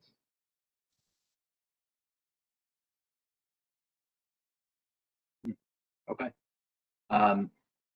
So what I'm hearing, and I think Tammy just succinctly put it together for us, which is a no. The headline reason is that there are so many unanswered questions, things we need to have better detail on, just for the zoning piece of this, just for the text amendment piece of this, including rationales of the why and the now. And we can raise, I think, those additional technical questions, like Betty pointed out, as other things that we're concerned about and thinking about, regardless of our overarching concerns about why we're being put in this position now, and that our resolution would really look like that, if that's what I'm hearing from everybody. So I guess with that, why don't we call the question? And all those in favor of a resolution along those lines to be drafted by Diana and I over the next bit of time, and we'll make sure everybody has a chance to see that and has a chance to input comments on that. Does that sound fair? So with that, I'm going to call the question. All those in favor of a resolution along the lines that I just mentioned? Aye. Aye. Aye. Yes. Aye. Aye. Any opposed? I would be happy to help Patrick with you and Diane writing the resolution if you'd like. Opposed? Joe, you're opposed, is that correct? Yes. Joe, we're saying no to the text amendment. Do you support us saying no to the text amendment, or are you opposed to us saying no to the text amendment? I'm against the text amendment. So Joe, that right, our resolution is cast as a flat no. And the question on the table is whether is a vote on the resolution. So the question is, Joe, do you agree with voting no against the text amendment? Yes, I agree, voting no. Thank you, Yes, Joe. we have no bananas. All right. Thanks, Joe. So are there any, is anyone opposed to the resolution? Any recusals, any abstentions? Hearing none, it passes as a no vote, language to be worked out. Okay. Thank you, DOT team. We really do appreciate your time. And I think we have a lot of work ahead on this issue, regardless of night. So, Thank you. thanks, Jen. And thanks, Ben. So with that, we're moving on to the next item, which is the disposition of Seaport Properties ULURP. This is a 99-year lease extension, as it's more colloquially known. We're going to have a presentation by the Economic Development Corp of New York City. We are also having tonight, and Diana, if you have a second and can explain why, we're going to have our public hearing as well as our discussion and our vote on the resolution all in one lump sum. So with that, we are going to be, just to give everyone a preview, we're going to have a presentation from the applicant team. We're going to have a period of time where the committee will be able to ask questions. We're going to open it up for public testimony for our public hearing portion, where members of the public will have a chance to ask their questions and voice their concerns. And then the committee members, when we close the public hearing, will have a chance to deliberate, discuss, and come to a resolution. I'd like to say it would be a quick process, but I think we're all smarter than that. So with that, Diana, do you want to sort of introduce it in a brief fashion, kick us off, and then turn it over to the applicant team? Yeah, well, to clarify on the process that you alluded to, like with open restaurants, which certified in June, according to the new rules, just as of a few years ago from that ballot measure, if an application certifies in June, it gives us a full extra 30 days to accommodate for the summer break. In this case, the application certified at the end of July. So if an application certifies in June, it gives us an extra 30 days. If it certifies between July 1st and July 15th, it gives us an extra 15 days. After that, we get no extra time. So unfortunately, as a result of this process, the application that's certified at the end of July, we don't have any meetings in August. And then, of course, we have to do it in September before our deadline of October 4th. So in this case, we do have to do it all in 1 month. And I've been discussing this application with the applicants quite a bit because it is a complex and a little backwards. And I know we've been discussing that theme tonight, but I have been discussing it a lot with the applicants and they'll address that. This application, it's a disposition ULURP and it seeks the authority to negotiate on a lease. And that's very complex. And I know that the applicants are prepared to speak about it. So I'll turn it over to them to go into the details of the application.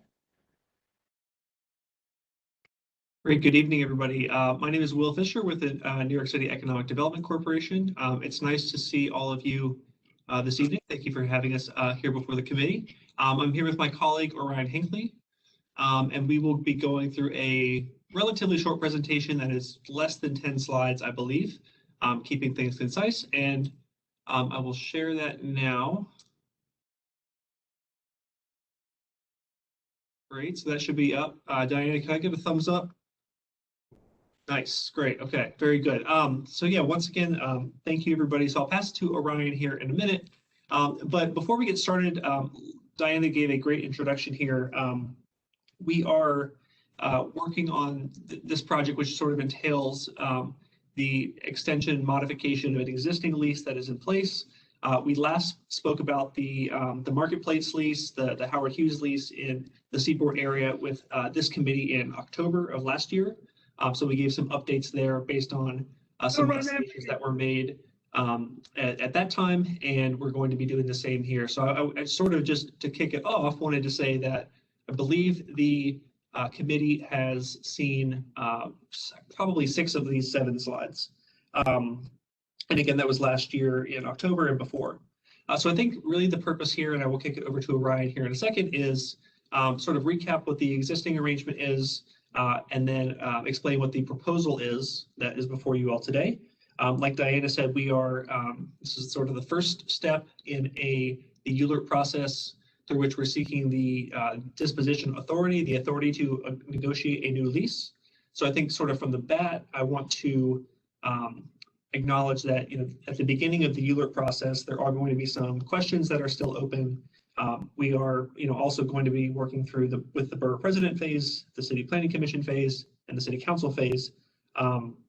But, we are obviously, as usual, happy to come back and speak with the community board really at any time and continue to keep you updated on, how the fruits of our discussion this evening continue to develop and get incorporated into that eventual new lease.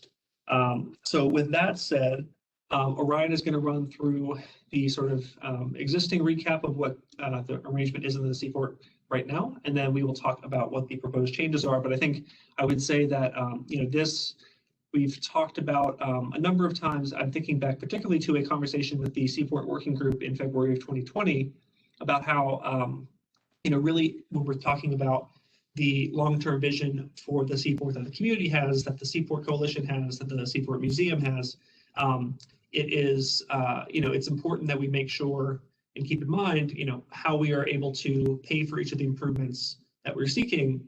And I think through this proposal, we are unlocking some really important capital investments for the city that are going to be done on public land, and some really exciting stuff to share with you. So Orion, over to you. Thank you for that, Will.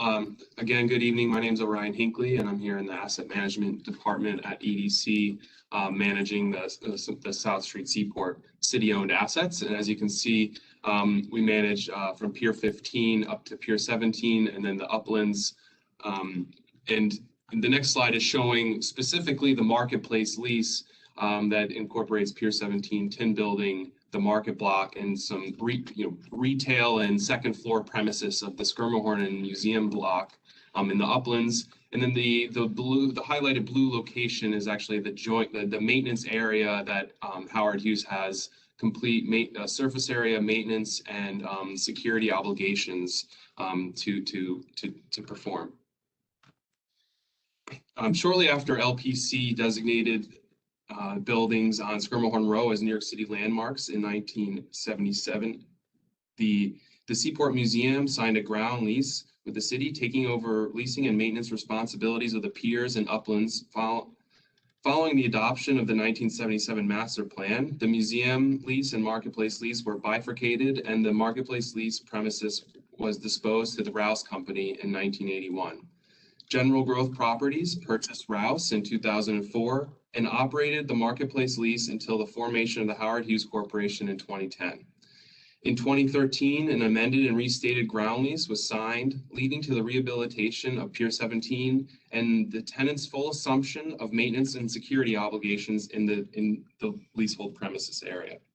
The lease has subsequently been amended 3 times. First, to incorporate the tin building to the premises, followed by allowing for office and broadcasting use on Pier 17. And most recently, the Third Amendment added 133 Beekman Street to the leasehold premise and allows the landlord to charge liquidated damages if Howard Hughes fails to maintain an emergency vehicle right-of-way in the former streets. Quick high-level summary of the current lease. The tenant is the South Street Seaport Limited Partnership, a subsidiary of Howard Hughes Corporation. The City of New York, acting by and through the Department of Small Business Services, is the landlord, and NYC EDC is the lease administrator. The lease currently expires in 2072, which includes the 2 renewal options. The current ground rent is almost $1.7 million per year, and they pay a $230,000 Esplanade payment per year that goes towards the city's capital costs in maintaining the surrounding Esplanade areas, in addition to their maintenance and security obligations to the former streets. Again, Howard Hughes rebuilt Pier 17 from the piles up and are nearly complete reconstructing the historic tin building, which will offer locally and regionally sourced groceries. Upon completion, Howard Hughes will have invested more than $800 million into city-owned assets in the South Street Seaport Historic District since 2013. The application seeks authority to negotiate terms to a new 99-year lease. The new lease will expire in 2120 with a rent reset in 2097 and 3% increases in between. HHC will swap retail spaces in the Skirmalhorn Row with the South Street Seaport Museum, which will provide the Seaport Museum with a prime retail location on South Street and Fulton, on the corner of South Street and Fulton Street. In addition, HHC will forego their right of first refusal or offer to the John Street lot and continue to maintain and keep all secure all the public common areas. There will be no change to the permitted uses or jurisdiction of the former streets, and the extension will unlock much needed public benefits by HHC funding and constructing Esplanade improvements immediately north of the leasehold, as well as making improvements to Titanic Park. They will continue to offer the Fulton Stone Market a free space and free rent in 133 Beekman Street. Following the community board review, will then be looked at by the borough president and follow the regular ULURP process. And this is a 13012G disposition for waterfront property of a non-maritime use. And so that will be a MOX hearing followed the ULURP if ULURP is approved. Right, and to be clear on that, so the like Diana mentioned, the disposition action allowing the city and EDC the authority to negotiate the new 99-year lease is governed through the ULURP process. And once we have that authority, if we have that authority through that process, then the charter section noted there is the sort of is the way by which the lease gets approved. And again, that is subject to a public hearing with the Mayor's Office of Contract Services. To go back really quick, just to note one more thing, I think the sort of high level summary here of what we're delivering, Howard Hughes is interested in a longer term on their lease to continue to sort of make the sorts of investments that we've seen. And again, want to sort of highlight that there are benefits to the museum here in terms of giving them prime retail frontage, that we're also unlocking nearly $10 million in improvements to public open space areas, including that gap, which I'm sure everybody here knows that the gap in Esplanade between the Jerry Driscoll Walk and the north side of the Tin Building. There's no design or plan right now for that area. Howard Hughes is going to be funding that and completing that. So we have a lot of public benefits here associated with the maintenance of this agreement and extending it to the new term that we've discussed here. And that's our presentation.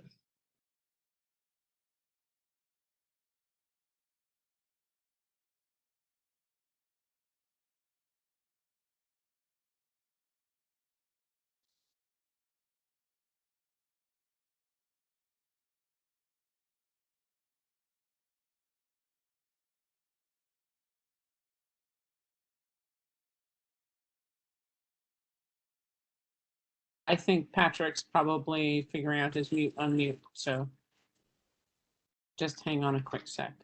No worries. And I just want to correct for the record, Orion, do you work at EDC? Yes, New York City Economic Development Corporation. And what's your role there? I'm the asset manager for the South Street Seaport.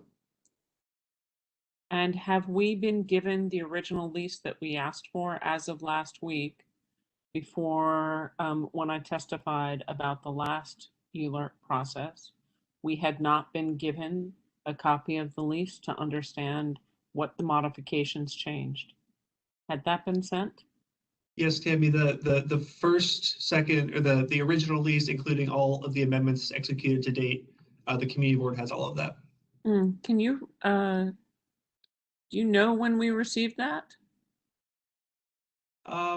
We distributed as part of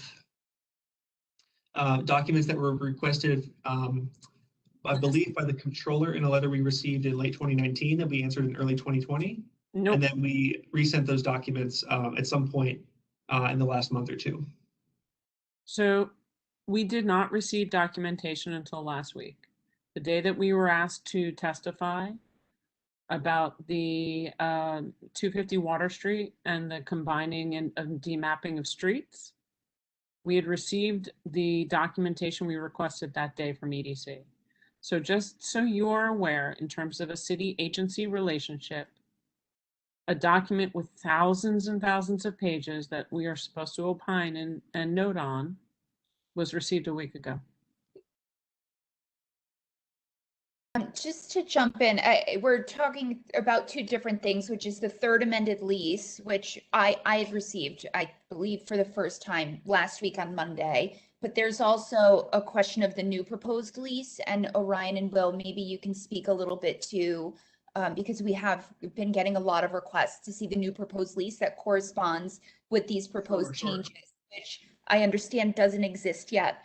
Can you talk a little bit about procedurally why that is, and what happens between now and when that lease is finalized? Because I understand that happens either at the very end or after the ULURP process. And in the last weeks, we've spoken a little bit to the importance of public oversight on that final lease to make sure that the community can see the new or understand the changes in the new proposed lease. It is a chicken and egg process, which makes it very difficult to vote on something like this. So I think that assurement of public oversight after ULURP for a process where there is none really to flesh that out a bit would be really meaningful. And I want to make sure that people understand the evolution of this and what happens after this approval to negotiate for a new lease. Right, Diana, thank you for that clarification. And yes, it's a very important question. I think we certainly understand the frustration. I think we also saw it during the last item as an example where, you know, the way that the ULURP process is set up, that that uniform process for all city land use changes and decisions, the community board is the first of several parties to opine and to give feedback. So I get that there is, you know, oftentimes frustration in terms of being the first group to opine, and maybe everything is not completely fleshed out yet. So to the point that Diana just made, we are the land use, the action here is getting the disposition authority, the authority to negotiate and execute a new lease under the terms that are set forth in that application. But we know what the general terms, and I pulled this slide back up here because these are the general terms that we were proposing as modifications to the existing lease, which the community board has. So following this discussion, you all know the ULURP process. It'll go to the borough president, to the city planning commission, to city council. Following the ULURP process, if the ULURP is successful, we will then have the authority to negotiate out that lease, and then that will be approved. At some point next year when sort of all of the legal arrangements are made. And I would say that, in response to, I think what is a key question, I'm sure on everybody's mind, how do we get from here to there? Priorities that the community brings to us today, priorities that the community discusses with us throughout this process, how do we make sure that those are incorporated into the lease? And I think while we're still figuring out exactly where that's going to sit, there will be something in writing that, describes here are the benefits and, community arrangements that we're agreeing to. And then, we would be more than happy to come back after the ULURP process and speak with you all and sort of detail the progress report on where each of those are.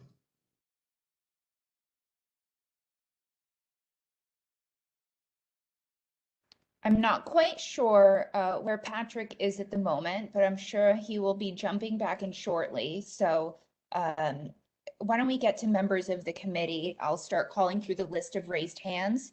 And as a reminder, I put this in the chat. This is a public hearing item. So anybody from the public who's interested in speaking to this, I see we have a couple of hands raised.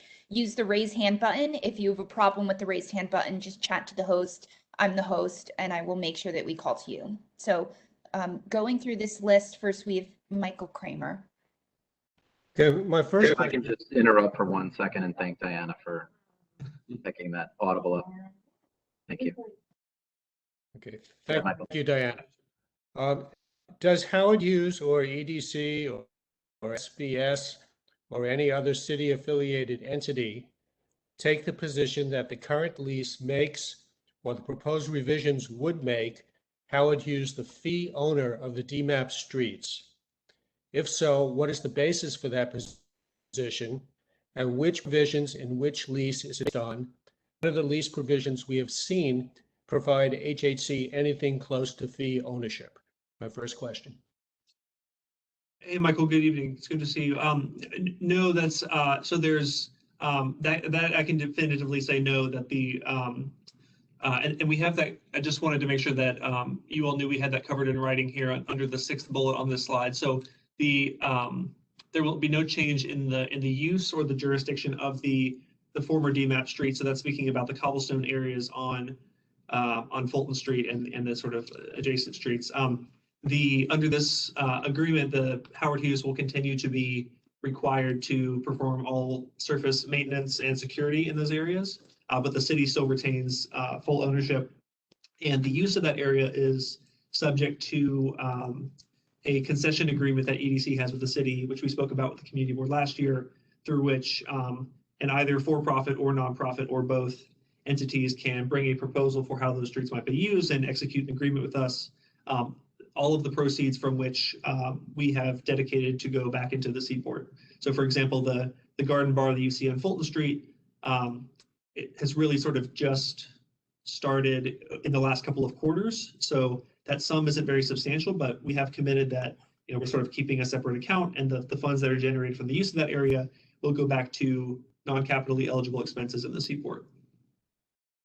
Okay, thank you, Will. My second question, is the Fourth Amendment considered a type 2 under CEQA or something else, a type 1 or unlisted? Because we've seen both type 1 and type 2 mentioned. The type 2 action for lease extensions applies only if there are no changes other than the lease's effective dates, which, as I understand it, is not the situation here. So what is being done about CEQA and compliance for the Fourth Amendment?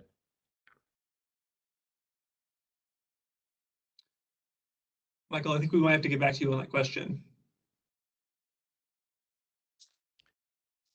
Because let's see if we can try to get that during the time that we're. Let's see if we can try to get that during the time that we're here today from our colleagues, and we can circle back on that. All right, because we are talking about other parts of the Seaport, and you know everything has to be considered when you're in the EIS process, and the time for commenting on the EIS is just under 4 more hours today on the current ULURP EIS until midnight today. And it's clearly we're not going to have an answer by midnight today. So I see that as a problem. So just to be clear about the former streets, what you're saying is that the city will still have control of those seats and of those streets, and they're pedestrianized? Sorry, Michael, could you repeat that last part? Are you saying that the city maintains control of those streets, of those former streets, and that they will continue to be pedestrianized? Yes, that's correct. The city maintains control and they will continue to be pedestrianized. That's right. Okay, thank you. Thank you. Thanks, Michael. Paul Goldstein. Okay, good evening.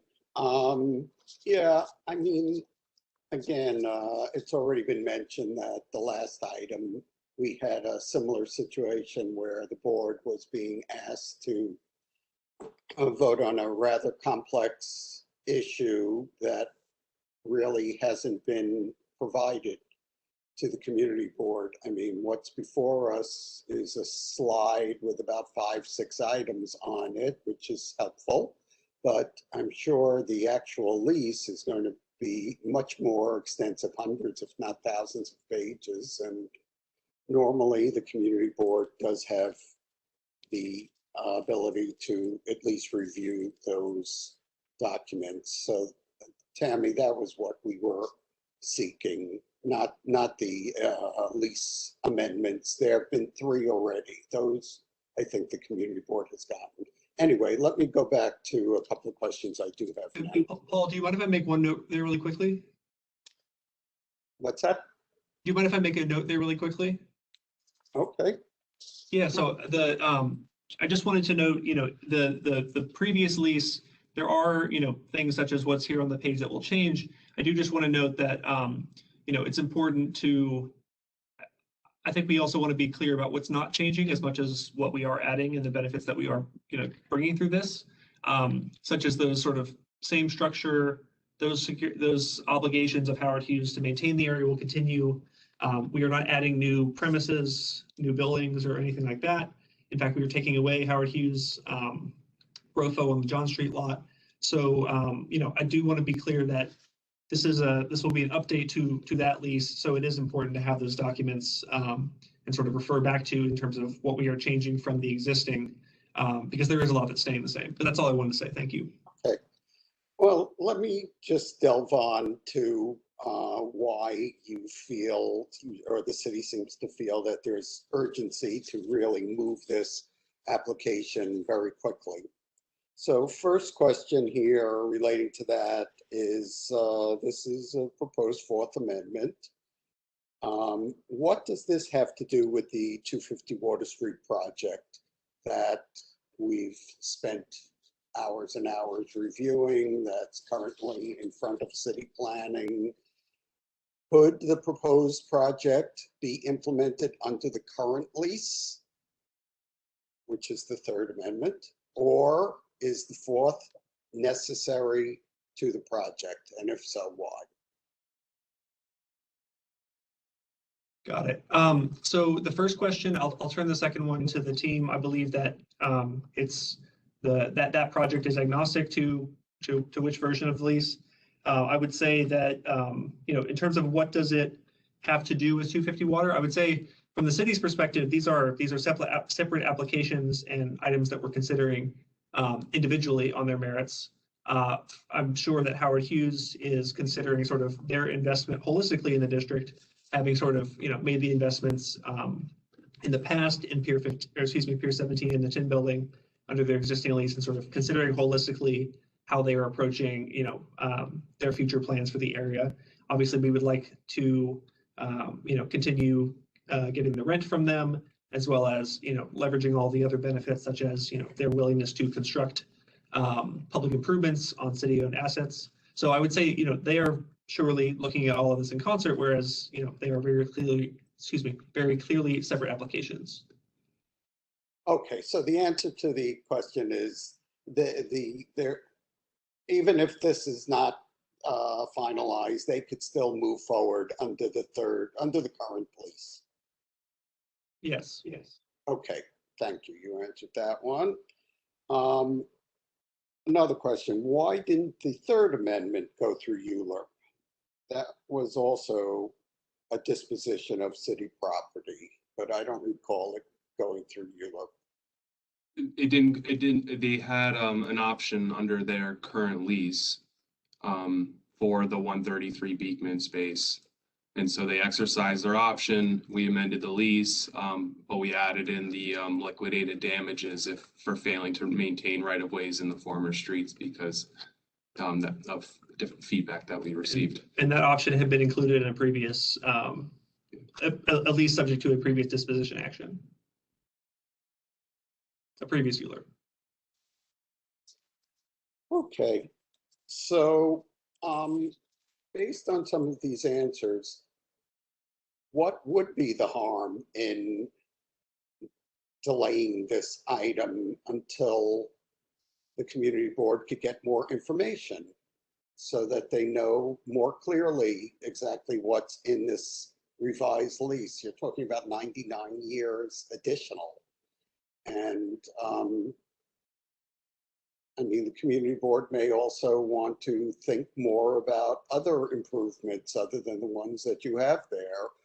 And so why don't you answer that? And then I have one or two more quick questions. Sure thing. So it's a great point. This is, we are sort of in the ULURP process, which is defined in the charter. So there's not, really wiggle room in terms of the clock. But I would say that, by no means does the community board's review period ending mean we can't continue talking throughout the, end of the ULURP process, as well as working together with the borough president's team, the city planning commission, and the council members team to ensure that the community's priorities are reflected here. I think one thing that, from our perspective, is that you know, Howard Hughes did request that we sort of open the lease here and take a look at a greater, at a longer term. And I think, like you said, Paul, to your point, in addition to the benefits that we have here on this page, you know, this in theory could be a starting point if there are operational changes or other items that you would want to suggest. You know, we are all ears. This is, again, the beginning of the ULURP process, and we are seeking the authority to negotiate the lease. So by no means are we sort of presenting something that is fully baked here. There is an opportunity to, you know, ask for additional changes, tweaks, improvements. I think, you know, the degree to which we will be able to fit all of that in, you know, depends on what the item is, but we would certainly be more than happy to hear what it is that you would have to suggest. Well, just on that score, I would say, you know, recreation space for the community. I mean, the community was extremely disappointed when Howard Hughes originally proposed a rooftop on Pier 17 that would be green space and kids would have lots of access to use it for activities, even organized sports. And as you know, it's turned into something completely different where it's a concert venue, it's a space where people pay for nice areas to eat meals, etc. But that was not the deal that the community board was promised. So I would start with that, or unless there's other spaces that you think are available. Great. And Paul, I think, you know, we'd like to continue hearing changes like that you'd bring forward. And I would say something else that I've spoken about with Diana, because I know this is important, is again sort of bridging the gap from the discussion that we're having today to the end of the ULURP process and then on to what is the final lease, and ensuring that, again, the priorities that we agree to throughout this process make it into that lease. Again, we're happy to come back and meet about that, but I think it's also important for us that we get something on paper so that, to your point about sort of what the community agreed to, what we agreed to, that is all really crystal clear and spelled out very clearly, so that, you know, we all understand, you know, what the arrangement is, and that we can sort of hold each other accountable in that way later on down the road. All right, let me just do one last question, then I'll let other people chime in. Now, when you do set a rent for Howard Hughes or anyone else, how do you calculate it? Obviously, your job, we hope, is to make sure the city gets the best return on investment, you know, gets the most bang for its buck. And I don't know, there's a lot of people who've said over the years that if you look at how much they pay per square foot for their space here in the Seaport, it's minimal. So how do you think they're paying a fair amount for this space? It was appraised when they first went through ULURP back in 2013. They pay a ground rent because they have full responsibilities for subleasing and maintenance and everything. So you have to look at it through a different lens than just more of a space lease or a retail lease. And so that's why we have the 3% escalations, and then there's a rent reset in 2048 to keep the to get back, you know, make sure that we're in line with market. And that's why we've added another rent reset in the extension period as well. Yeah, with competitive, I would say 3% annual increases for such a long period of time is quite a competitive, you know, an aspect to a lease. And I would say the sort of joint maintenance arrangement that Orion mentioned earlier, I'm going to go back to that slide really quick. The fact that we have a private partner maintaining and providing security services at their cost for all of the area that you see here in blue, that is also an important aspect of it. That is something that is sort of an add-on that isn't part of that sort of ground rent figure, but that, you know, we, the city and the public collect a benefit from that in terms of all that space being maintained, being clean, and being staffed by security. Okay, thank you. Thank you, Paul. Good to see you. Hey, Will and Orion, I apologize if you did address this at any point in your presentation on the questions and answers, but what's the assignability features to this lease? What will be the assignability features? The which features, Patrick? Assignability. So in other words, what options will Howard Hughes have, or ability will Howard Hughes have as a tenant to assign the lease in the event they decide to move on with their business plan? Well, currently the lease, you need landlord consent. Also, there's a whole, they need to be a permitted person as defined in a lease, and there's a whole, they have to go through the whole background check, passport, and other background checks of the city to be in compliance. They have to be of equal or greater, credit strength and reputation. So that's how it currently sits in the lease. There's no plans to change that, and we're here to get feedback, but that's the language is comfortable in the lease that we have in several other of our locations, and it works well. Keeps the protection of the city. Okay. No, it was just literally just wanted to understand what that feature was, but it's as existing in the current lease. Yeah. Okay. I see Rosa has her hand up, and then we'll open it up to the members of the public. I see at least 5 hands up currently, and I will ask members of the public to try to limit it to 3 minutes or less, but we'll see how it goes. Rosa, you are up. Hey, Will and Orion, how are you doing? Hi there. Nice to hear your voice. Thanks. I'm going to stay off camera. I have 2 questions. One is super simple and the other is a little complex. So I'm going to do the simple one first. You mentioned that the Fulton Stall Market would be getting some space. Can you clarify how much space that would be? Because I know that that's come up in a prior community board meeting. Yes, it's 3,500 square feet on the ground floor of 133 Beekman. Okay, if memory serves me, I believe that what was asked was no less than 10,000 square feet. And I only remember the number because it's a nice round number. Right. And Rosa, I think I think that something I was sort of alluding to earlier when mentioning to Paul that I think it's important both for the community to be able to hold us accountable by sort of a written set of obligations that come out of a process like this, as well as sort of for us to be clear of what was agreed to and not. I think one thing that that we hear a lot is that there was for the old project back a few years ago when Howard Hughes had proposed to construct the tower on the New Market building site, there was a draft letter of intent out there sort of floating around that included a sort of several commitments that I think, I would say respectfully get conflated with what was committed to in the sort of final letter of intent for the Pier 17 project, which of course the New Market building project never happened. So I think it is important. I do understand that there is a disagreement, in the eyes of the community board, whether the 10,000 square foot facility, the food market at the Tin building will sort of fulfills that requirement. But I would say that, we feel like we're going above and beyond in terms of what was agreed to on paper by providing that space. And I think, like we mentioned last year with the land use committee, in terms of the use of the ground floor of the Translex building, we and Howard Hughes would partner to build out that space for the Fulton Stall Market and, provide them with a very, very favorable rent at that location. We still want to keep that offer on the table and keep that open to them. As we continue to have these sort of holistic conversations. Okay.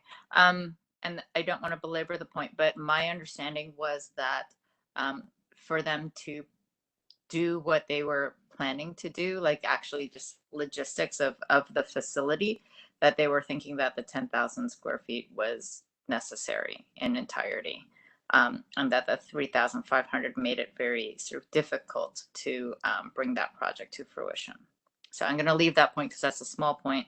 My big point is how, if at all, is this affected by the resiliency plan? Oh, that's a great question, Rose. I was hoping somebody would ask that. Yay, then I'm happy to fulfill that for you. Yeah, thank you. Yeah, so of course, EDC is lucky, and I think there are a number of good overlaps here in terms of other items that we're working on in the district, namely, as Rosa brings up, the Lower Manhattan Coastal Resiliency Project, a subset of which is the FIDI and Seaport Climate Resilience Master Plan.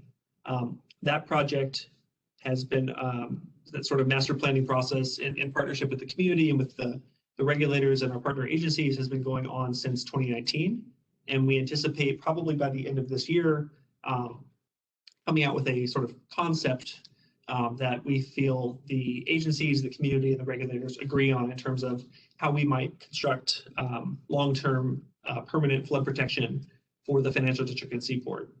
As part of that, obviously the waterfront, as well as the publicly owned Esplanade and piers that sort of passes through the middle of Howard Hughes leasehold. So, you know, we have been looking, of course, at building flood protection sort of along the Esplanade, maybe potentially out into the water to some degree, or, you know, beneath next to the FDR. So I would say that, you know, it's critical for us to make sure that as we have these open conversations about leasing and about rights to space, et cetera, while we're also talking about a long-term resiliency improvement for the neighborhood, that sort of all this work in concert. So, you know, we're not quite there yet. I think that is something that we want to focus on in the sort of once we get into more of the nitty-gritty of the lease. But I think, you know, we would love if the community would make that a priority in any resolution that you have about this project. But I think, you know, what we're looking to secure is, you know, the clear buy-in from Howard Hughes, which, you know, they're obviously incentivized to partner with us in that we are able to protect the Seaport and, you know, continue to keep it both, you know, enjoyable and, you know, with all of the references and respect for the historic space, while also just keeping the water out. You know, obviously there's some really big challenges, both as it pertains to storm surge and, you know, daily tidal flooding in the Seaport, and we need to make sure that you know, we have all of the rights to use city-owned land to, you know, protect that against flooding. So I would say we're going to work out the details as we go, and I think it's sort of top of our list, and we are quite lucky in order to be able to sort of continue considering this at the same time as we consider the resiliency factors in sort of a holistic way. Okay, excellent. So I'm happy that you're thinking about them. Yes, and if you all in passing a resolution again, I would ask it would be great to have the community's support and sort of for you all to continue to remind us that that's a priority. Absolutely. And then another consideration from that is, how much vaguely ballpark would you estimate that the resiliency project would cost? So numbers that we've discussed with the public, again, this is building to a 2100s, very conservative estimate of, you know, how bad it could get in terms of sea level rise and storm surge from inclement weather like Hurricane Sandy. We are estimating something, you know, 5 billion or upwards. That is the full sort of long-term built out master plan. We are considering right now whether there are smaller bite-sized chunks that we can tackle in the shorter term with the money that we do have. And I think we'll be looking forward to, you know, previewing some more of that with the community here in the coming weeks and months. Okay, because my brain is going to this line of thinking, which is we as the public will be funding a 5 billion approximately cost project, which is going to during the course of construction, honestly, suck for Howard Hughes and all of their properties and their retail. And then immediately thereafter is going to be fabulous for Howard Hughes, and they are going to reap enormous benefit from our $5 billion investment. And that at that point, we may want to really reconsider the annual rent increases, because I think that that $5 billion, let's call it parkland, waterfront, whatever investment that we make, is only going to draw people there, which is going to be amazing for their values and their businesses. So when you're thinking about a rent reset and a 3% annual increase, absolutely during construction, they're going to feel it. As soon as it's over, they're going to reap the rewards. And so maybe we should look at some way to reconsider. And this is, you know, maybe it is only possible in a reconsidered lease. But there's definitely, I mean, if we're investing $5 billion, you know, and Yes. going to eventually have a beautiful East Side something, then 3% annual increases doesn't seem right. It seems like it's a little paltry, and so I would absolutely consider how we can also, as a city property owner, benefit from that investment rather than just pretending like it didn't happen and we didn't just not just provide a benefit to them, but also protect with our dollars the cost, their property, right? Absolutely. And Rosa, that's an excellent point. I do want to add, because I guess it's sort of split between two slides here, but the first fair market value rent reset is in 2048, followed by an additional one that we'd be adding in 2097. So to your point,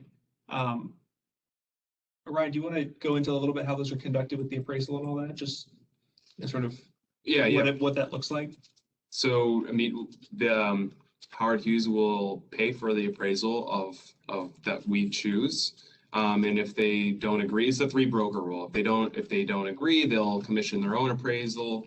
If we can't come to terms in that, then we'll get a third and to hash it out for us. So there's, you know, through case studies and different scenarios we no longer allow any arbitration or baseball arbitration and things like that. We just try to stick with the 3-broker rule. So you know, all that to say that in 2048, for example, as how those rent resets work, in addition to the increases in between, we do have an appraisal process through which we will reset to what is the fair market value at that point, which, you know, in theory, Rosa, to your very, very good point there, in terms of, you know, generating the maximum value for the city here, as well as doing right by the seaport, we will have an appraisal-based reset in the 2040s to make sure that, you know, we are getting a fair deal.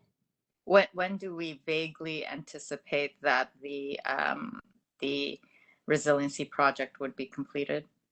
I mean, I'm just wondering, are they basically going to go at 3% for like 20 years and then, you know? Right. Yeah, so I think it's really hard to say at this point. We are looking at, you know, surely a decade or more of, you know, planning, design, construction, raising the funding. But it's sort of hard to say past that. Okay. And then just a minor point related to what you're saying. I get, well, okay, so just to stick to this one. So I think it's amazing that they are going to be paying for the improvements, but obviously the 8.8 million versus the 5 billion public investment don't quite there. But that doesn't mean I don't appreciate it. But I'm just saying, if you look at it more holistically, right? And then second thing I would say is just a small point on what you're talking about in terms of the benefit of street security that Howard Hughes provides. I would say that's actually just a common sense benefit that they need to provide to protect their own property and their own asset value. And it's nice that we get the benefit of the added security, but they would have to do that anyways, because otherwise it wouldn't be safe and nobody would go there. And that is, you know, a loss of value to their own business. So it's nice, but we're side beneficiaries. We're not the reason they're doing it. Right. It's for their own benefit. That's it. Thank you. Thanks, Rosa. Thanks, Rosa. I see Tammy and Alice have raised their hands. And I just want to point out, we still have to do our public hearing and then deliberate and come to a resolution. So Tammy, would you go first, and then Alice, please? Thanks. Will, since you're here, would you explain what happened for the funding from the FCRC funding stream that was supposed to support the museum? That was a separate action that was brought to us to opine and help the museum, and it would include, at the conversation, was about their obligations for maintenance and security. That was a large part of the discussions with that we had on the community board. And to date, the museum told us they had not received any of the money that they were supposed to that came with that mechanism. That's the first, and then I have a second follow-up question. Right, yeah. So the timing, you know, obviously COVID hit us in the city in a lot of ways, but I think frankly, COVID is the biggest reason for that. That we had not collected revenues from any activities in the cobblestone streets during that time. Do you want to speak to where we're at right now in terms of revenue collected between 2019, between May of 2019 and March 2020? That's correct. None, because we came to you for approval and we didn't get approved, or like February, or it was like March 2020 when we finally got the comptroller's notice to proceed on the concession. So long story short is we finally entered into a sub-concession agreement with Howard Hughes for the Garden Bar as of April 1st. And so we've been receiving revenue since then. And I'm working with our accounting folks to set up a restricted fund and to be able to get these funds out through a funding agreement to either the Seaport Museum or another, other non-capitally eligible improvements in the Seaport Historic District. So the system has not been set up yet, but you are collecting revenues. And those revenues were promised to the Seaport Museum. And what kind of mechanisms will be done, and how often will the museum get monies from this? The mechanisms will be either via funding agreement if it's going to a nonprofit entity in the historic district, or and so like I said, we started receiving them in April of this year. We got the concession agreement requires us that 95% of this revenue received is designated and invested into non-capitally eligible investments in the South Street Seaport Historic District. So we have to live by that. And so that's why I'm just working to understand with our accounting folks this either a restricted fund or some other mechanism that's best for the amount in funds. And to the second part of your question, how often, I think that will be up to the type of project. And, I think it's privy to all folks to get a little bit of a balance going there and, limit the amount of administrative services needed to get the money out the door. So we're working with the museum to get that process. Yeah, Tammy, I think back when we were talking about the concession agreement, I think we committed to at least a yearly update to the community board. Which we'd just love to reiterate that we'd be glad to, update in terms of revenues received and how those were spent on a regular basis to all. That'd be great. My second question has to do with the percentages. In the Battery Park City Authority, with approval through the city, percentages on buildings over in Battery Park City, 8% was considered a corporate amenable and acceptable increase of an annual increase. 3 was told to be too low for most of those negotiations, and this was a city pushed, and partnered initiative with the state. So I'm curious to understand how Howard Hughes is looking at a 3% annual increase in between the rent resets when Battery Park City residential population was looking at numbers that are 2 to 3 times those sizes for most of the residential buildings. And they were told, well, you have a corporate deal. And that had to have been approved by both the city and state controllers. So I'm curious as to why 3% here. Well, I've never heard of 8% annual increases on any commercial leases before. Yeah, as you said, it's a residential lease, so I'd love to hear more about that deal. But this is normally most of our leases are CPI annual increases, and that's between 1% and 2.5%, if it goes up at all. And so I think 3 is from all the commercial leases that I've seen is kind of the going or in competitive rate these days. But and I can sorry, and I'm happy, Orion, to elaborate on that. It's Sabrina Lippman. I think I've met most of you last year, but I'm a senior vice president at EDC. And just to elaborate on Orion's point, Tammy, the other reason, so apart from it being very standard ground leases, will either go from a 0% annual increase up to that CPI standard increase. The reason for that, or the reason that's typically lower than a space lease or residential, is because ground leases are encumbered with the amount of operational and maintenance costs, which those do fluctuate a lot higher than what the rent is. So that's typically why those increases tend to be a little bit lower. And perhaps, Sabrina, we can have a conversation offline then to understand, because Battery Park City is land lease. That's exactly what we're talking about. So Yeah, it's I'd be not very similar, and we'd 'cause be delighted to have you part of the conversation. Yeah, happy to help. That seems very aggressive. Thank you.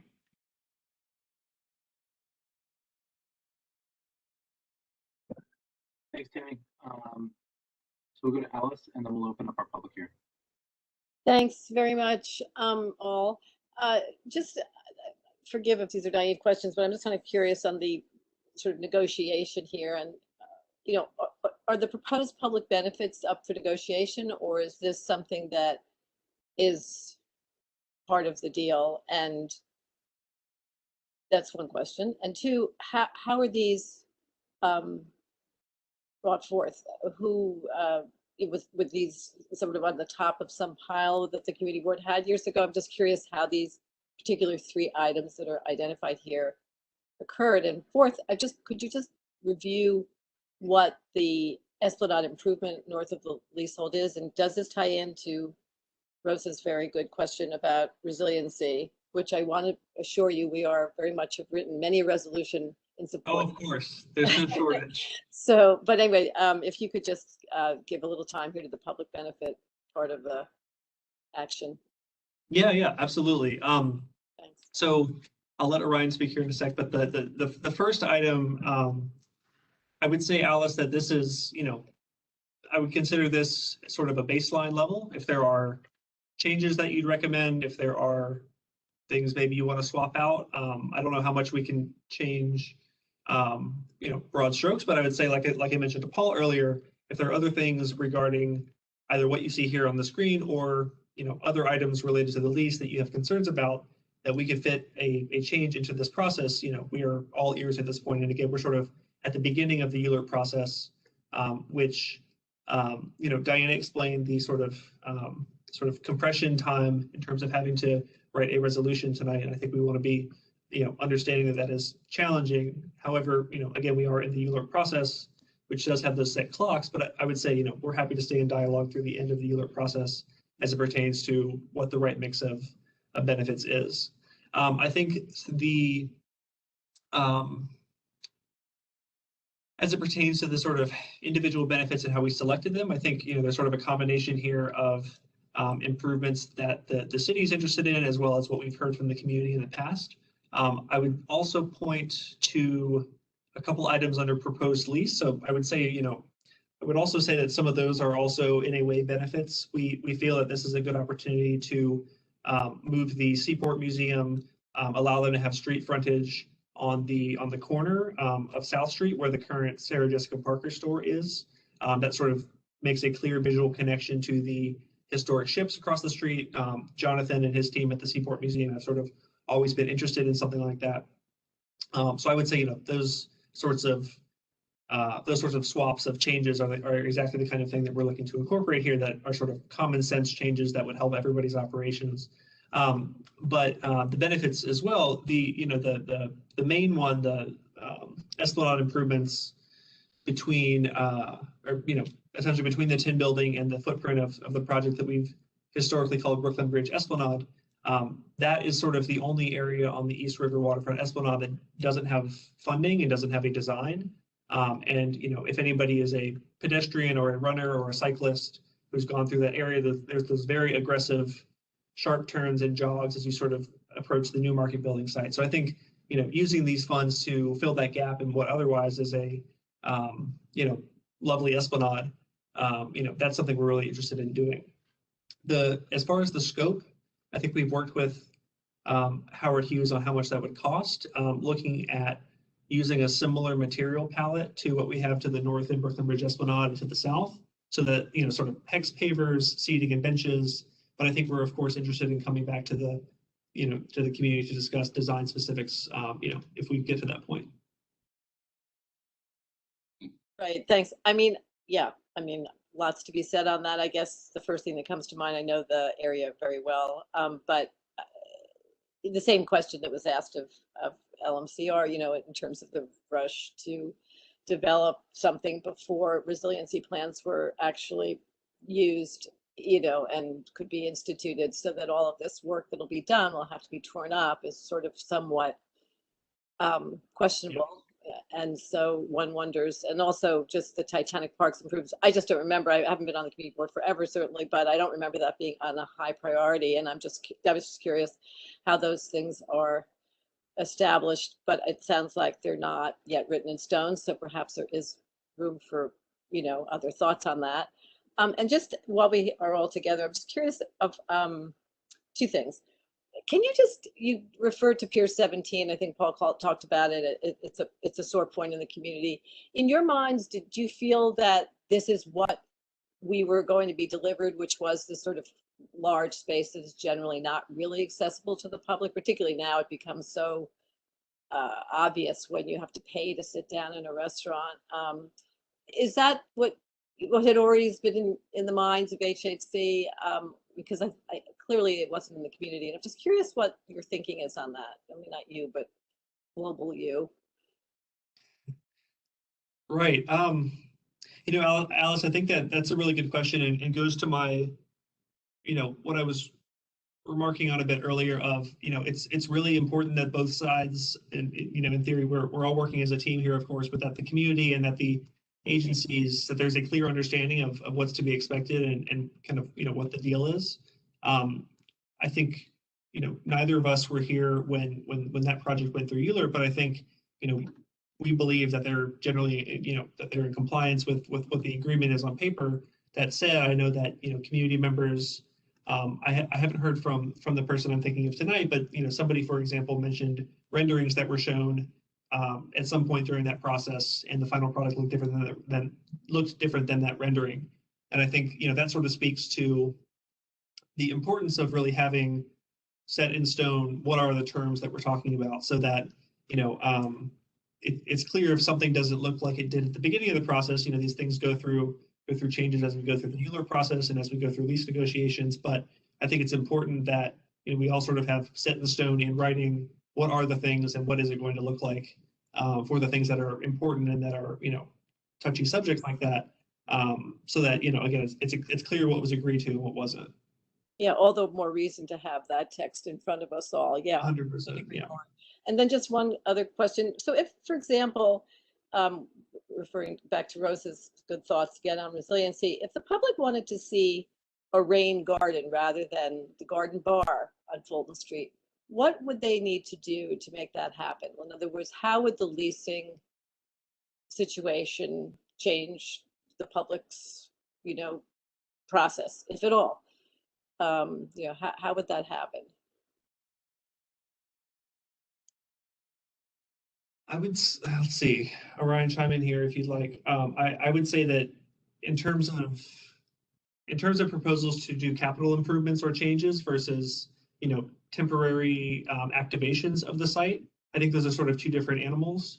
Nonetheless, if there are ideas about that, you know, to Michael's question earlier, through all of this, the city retains control and ownership of the cobblestone streets. You know, if there are those ideas to bring forward, but, you know, by all means, I would say that it wouldn't fit really into our concessions process.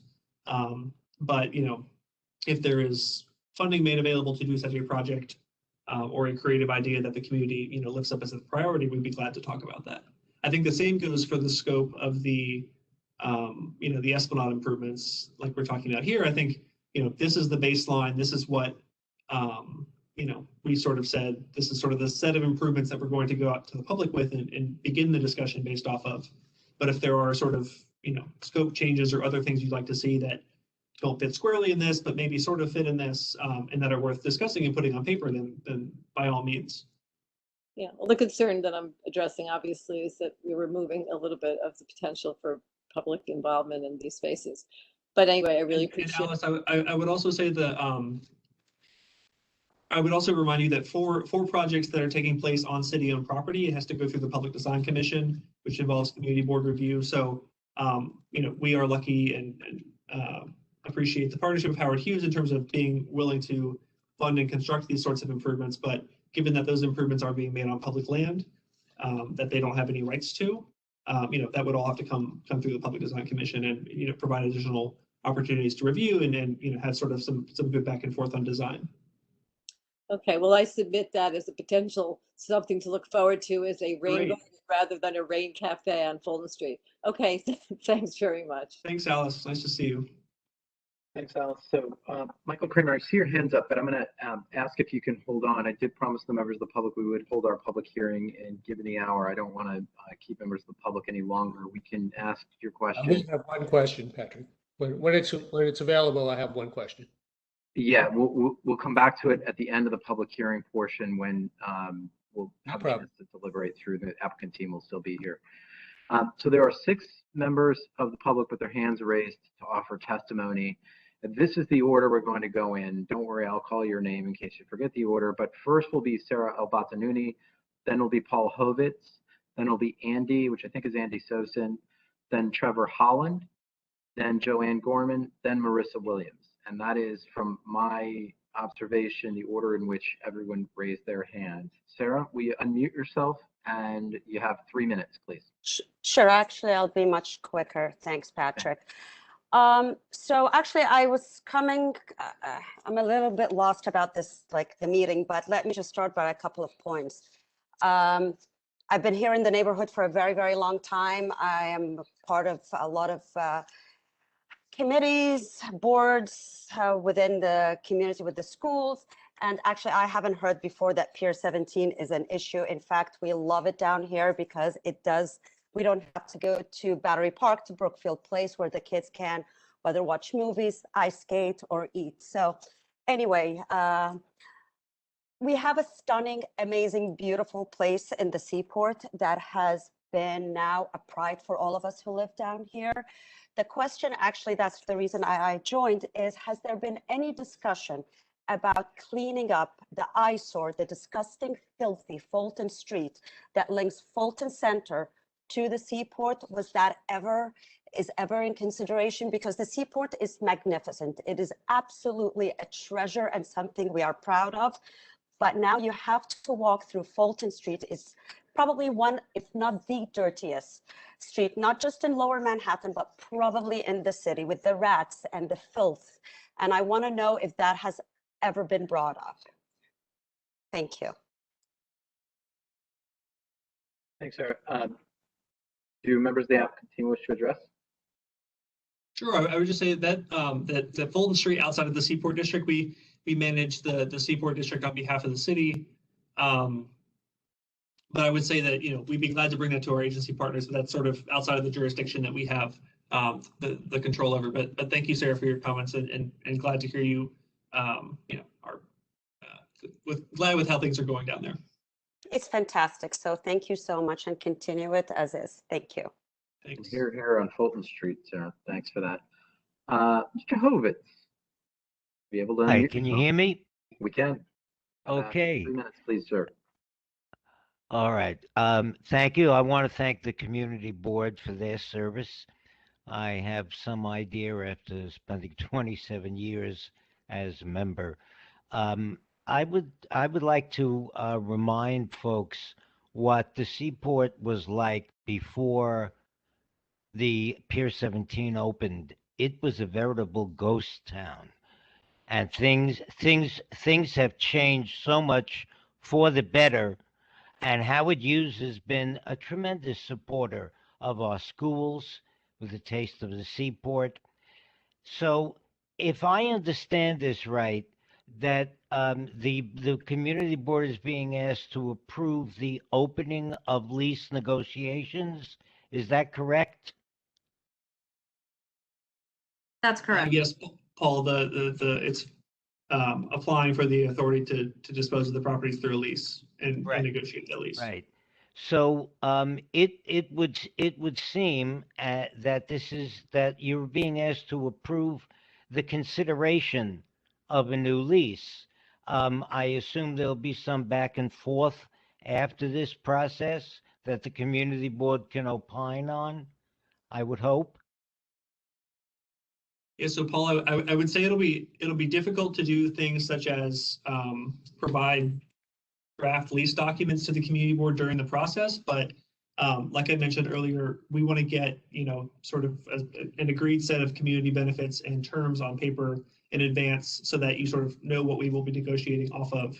And then, of course, we will be glad to come back and sort of give you all updates on, line by line of here are the things we said would be incorporated. Here's a progress update on all of that. Right.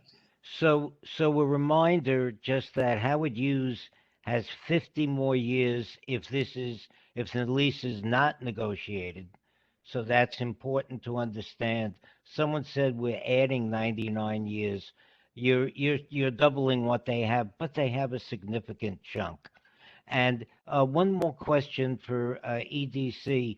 What's happening with the Newmarket Pier after you're finished taking down that decrepit building? What's happening with the pier? Yeah, Paul, that's a fantastic question. I think very much still an open question as well. So we are, I would say, a pretty good chunk of the way through demolishing that building. The reason for having to do that, aside from the building's condition, is that the pier on which it sits is structurally unsound and sort of unable to hold up the building. The intended final condition at the moment is that we're going to leave the pier there, the pier and platform there, but behind a fence to ensure that it's secure. We do not have a plan for the site right now. I will say it's important to say that in the past it was potentially subject to an option by Howard Hughes. It is not. It is wholly city owned right now. They have no interest in that property. So I would say that right now we're addressing the immediate life safety measures in the location, tearing down the building. We do not have a plan for the site right now. We've talked about this a bit. I want to say at Paul Goldstein's committee, at the Waterfronts Committee, it's a challenge, particularly when you start talking about in-water construction, how much that costs to sort of repair or replace that pier. But, we, of course, is something that we'd be open to ideas, but, we will need a significant amount of capital to do anything there in the future. Well, but Ari, you are aware that a member of EDC reported to the community, I guess it was maybe 2 years ago, that the pilings were rotted from the inside, even though they were wrapped in concrete, and that the pier was going to fall into the river. And has that changed? No, that's correct. I might have misspoken there. There really is not a way to repair the pier. You would have to replace it. Right. But I'd say it's quite easier. It's quite a lot easier to get permits to replace an existing pier than to build a new pier from scratch. So I think that's the sort of right now we want to leave open the idea that the city may use that for something in the future. But yes, you would have to replace it wholesale. Okay. Thank you very much. I appreciate the opportunity to speak. Good job, Pat. Thanks. Andy? Hear me? Hello, yes. Ken. Hi. Thank you. And I am opposed to this lease extension as a member of the community. And I am concerned that the Howard Hughes Corporation is establishing a fiefdom in the seaport and is using the levers of government to create a situation where they will be able to privatize basically a goodly amount of the seaport area. Having lived in this community since the early 70s and have watched it through the original Rouse Corporation lease and then the general growth and now with Howard Hughes, I see this this corporation as being an engulf and devour situation, and I am fearful that the Howard Hughes Corporation will use the opportunity of demapped streets to basically prohibit the public from using the seaport and from being in the seaport without extracting money from them. And I I do not trust the Howard Hughes Corporation to do the right thing by the seaport. I see them as taking their profits and leaving. I saw them assemble a parcel and use city-owned air rights that they purchased to sell to a Chinese overseas corporation to build a tower.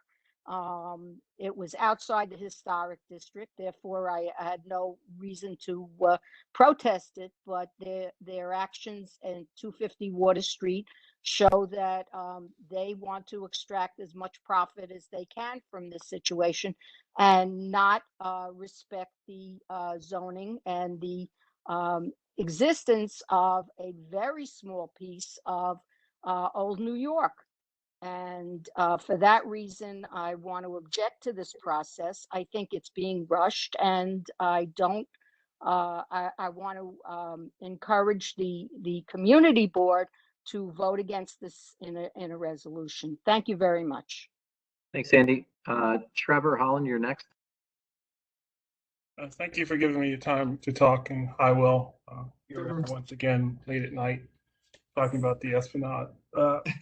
A lot of it was asked by Alice about the Esplanade portion, or the larger portion of the funding, the $8.8 million. Just want to be clear that that extension will connect with the BBE or the Brooklyn Bridge Esplanade, so that the entire waterfront will now have some improvement, or Yes. is there a gap after that? No, that's the gap that we're filling. Next question has to do with the $230K that's paid for the Esplanade for maintenance and security. Is that separate from the other concessions that you get, or is that part of the portion that is paid to parks to maintain and secure the area? Yes, that 230,000 goes into the same restricted fund that's used to pay parks and do other improvements in the Esplanade. Yes. Right, and I've asked this question before because we're probably talking about $1 million that goes to parks for maintaining and securing, and the area around Howard Hughes probably has, as we all know, good private security and good maintenance. But once you hit that area where the improvement is and you go further north, and this payment is for that, we see a lack of maintenance and security. Do you think that that 230K is enough, considering the issues that are all along the Esplanade? That 230K is supplemental to the revenues that we receive from program income, the actual sites along the Esplanade that are improved with LMDC funding, and so that if there are issues, I'd love to hear about them. We have an MOU with Parks, the Parks Department, to maintain and to police the Esplanade outside of the joint maintenance area. So if there are issues, please flag them for our awareness so we can ensure that $1 million does what it's supposed to do. I've flagged them many times, and Will can forward that information that I've already sent to him a number of times, but I will make sure that I include you in that loop. But those are my questions. I don't want to keep up a lot of time, and a lot of them have already been answered. Thank you. Thanks, Trevor. Thanks, Trevor. Next is Joanne Borman, then Marissa Williams, and then Linda Roche has joined us. So Joanne, you're able to unmute yourself. Hi, Joanne. All right. Can you hear me now? Yes. Okay, thank you. Just two simple questions. If EDC gets to the point of being able to renegotiate a new lease that extends out another 48 years, and which will provide Howard Hughes with enormous benefit, are they willing to look into removing an area of conflict, the unused floor area that has caused so much controversy over the past few years, to negotiate to pull those unused air rights out of any lease that Howard Hughes gets in the future? The second question is, I'm aware that there was discussion between EDC and Howard Hughes on an option on the New Market site for air rights. Is there any current consideration, or are negotiations being planned to offer an option to Howard Hughes on the New Market site or on its air rights? Regarding the New Market building, no, there's not. The city wholly owns that, and we have there's no intentions or negotiations there. For the air rights, no option. No option there. Correct, Joanne. Do you want to take the other one regarding? Yeah, regarding pulling out the excess development rights out of the lease, that hasn't been part of the negotiations or, that we're seeking to enter into. I think that's on the front of everyone's mind. And so we'd welcome to see that in the community board's resolution or some, aspect of it. Thank you.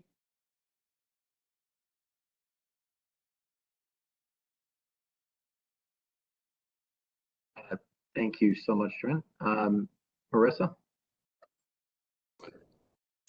Good evening. My name is Marissa Williams, and I'm a representative from 32BJ. I'm here on behalf of my union to express our concerns about the proposed extension for the lease for Seaport properties.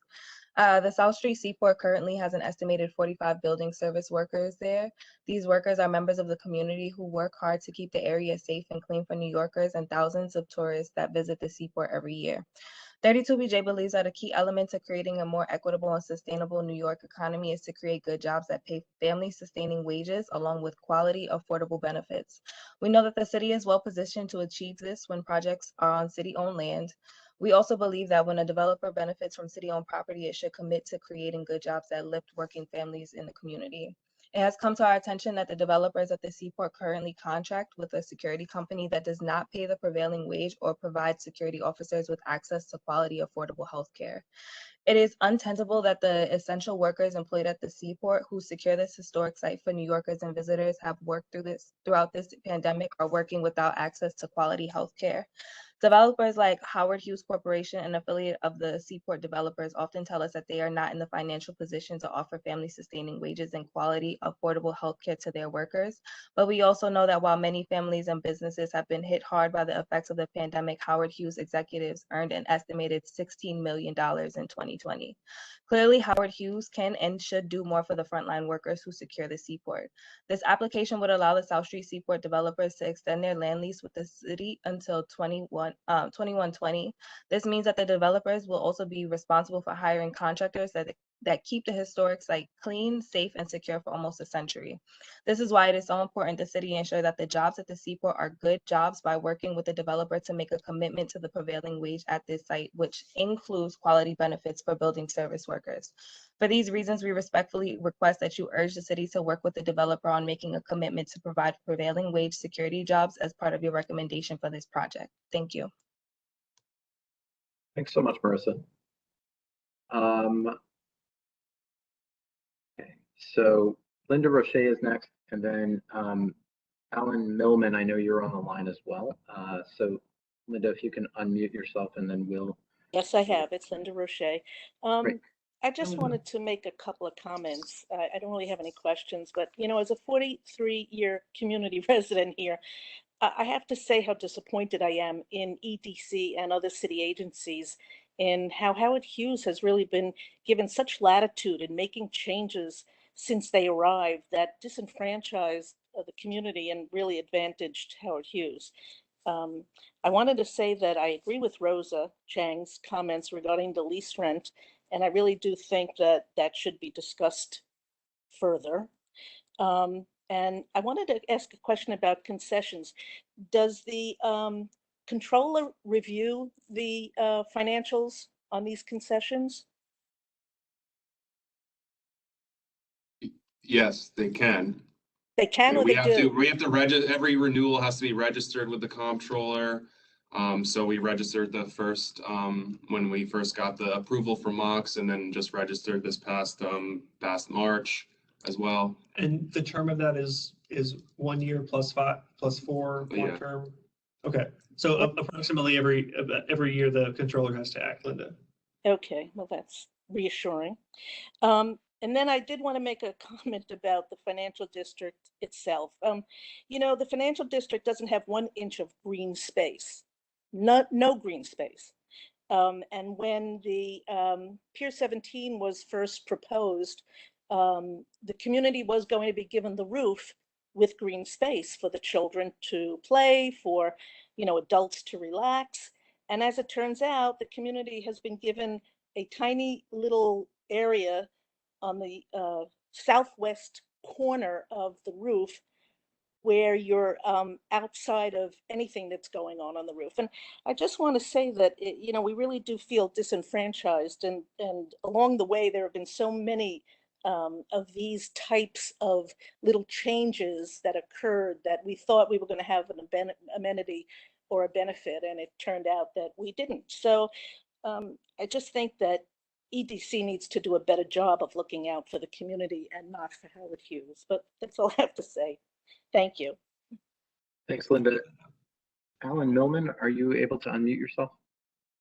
Yes, I am. Can you hear me? Can. Have at it. Yeah, I don't have any questions, but I have a bit of a statement regarding the economics of this situation. So I've been dealing in the entertainment and destination business for quite a few years. And for over a year now, we've been discussing this project, arguing over mansard roofs, design elements to preserve an image we never really saw.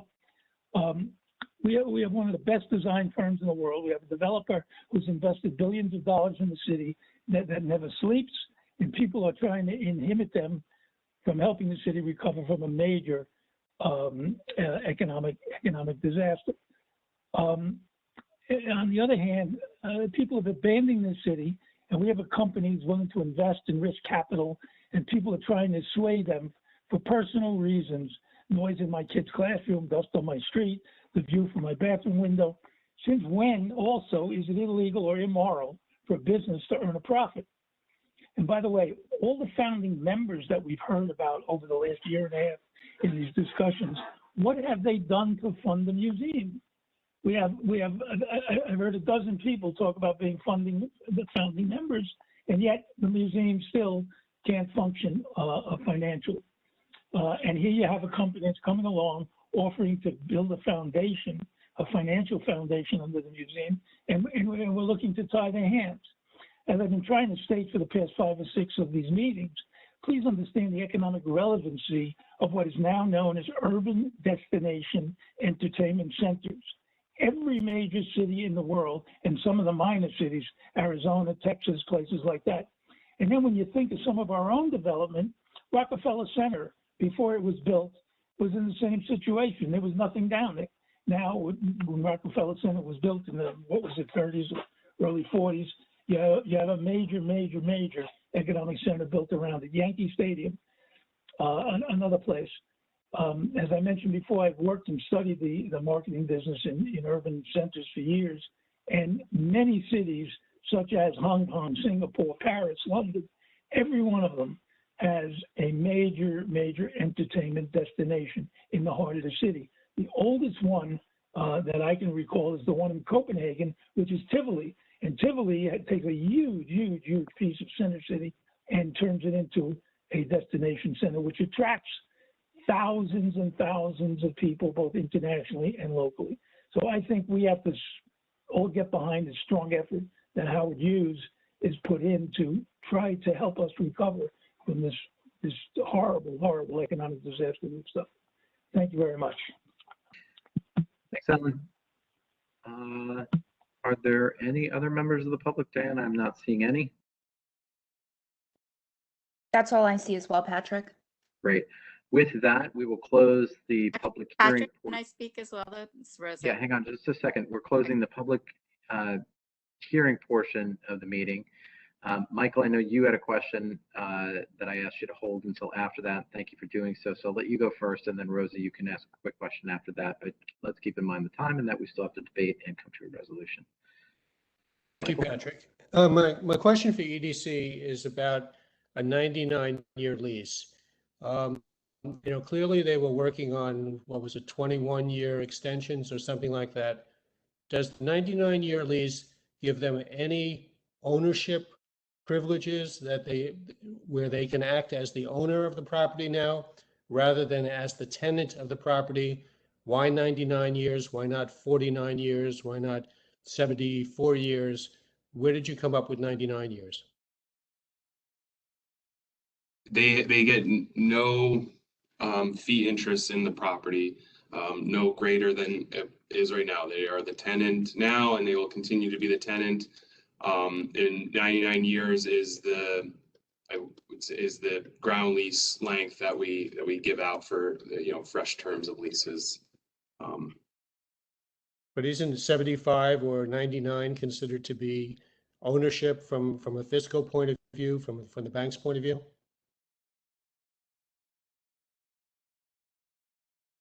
I haven't heard that before. I don't doubt, Michael, that it definitely helps with financing. It'll help with, like, if they're doing financing, having an extended term is definitely beneficial. So in that Certainly. regard, on the But certainly finance, if they wanted to assign the lease, it would be beneficial as well.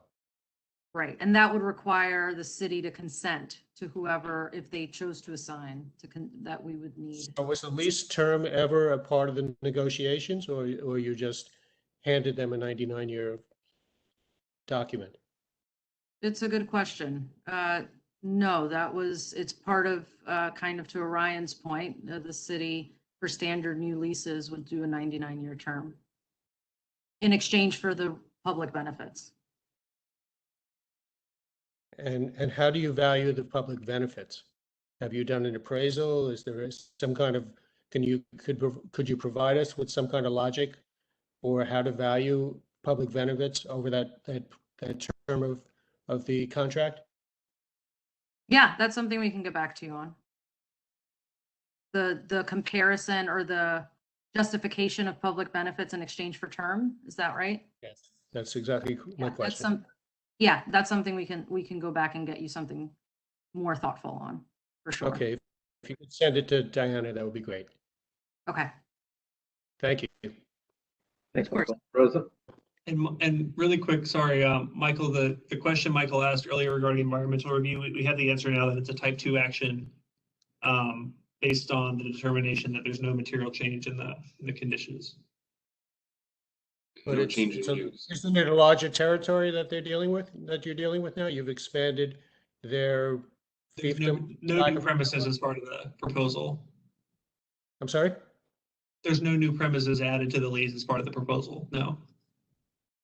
The Titanic Park and the Esplanade. Oh, they're simply going to be making, they're going to be funding and performing the capital improvements there, but the city retains ownership. They'll have no ownership interest there or lease interest. Titanic Park is currently in the joint, is in their maintenance area right now.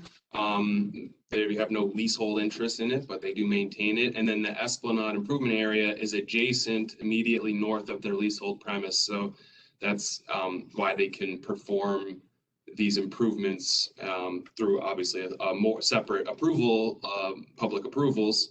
But that is still considered a public benefit to the public. So there's no study of the environmental impact of the 99-year lease. It's a type 2 determination. Right, effectively there'll be no study of that.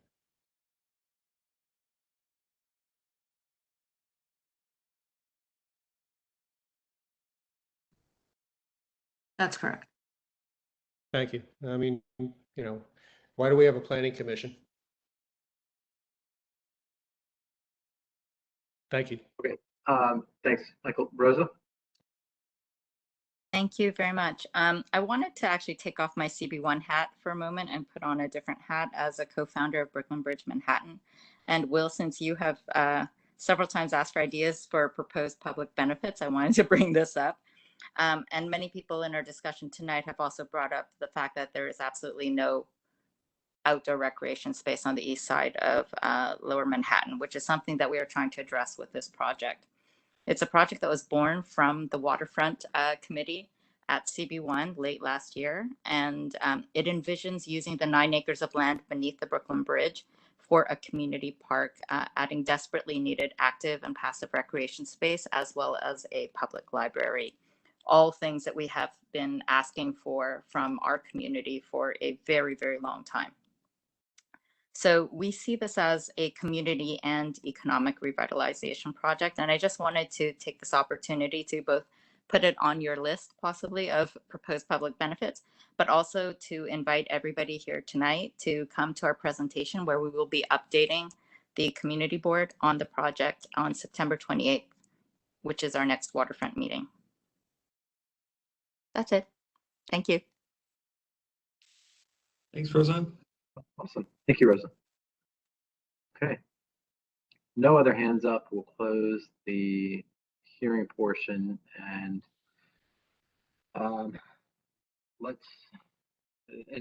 thank you to the EDC team as well for presenting on this and answering questions and for sticking Of course, with thanks for having us. So I'll ask the committee members to help me figure out where we stand. Again, from the menu of options of yes, no, yes with conditions, or no with conditions, I don't seem to hear a groundswell of support for an overwhelming yes.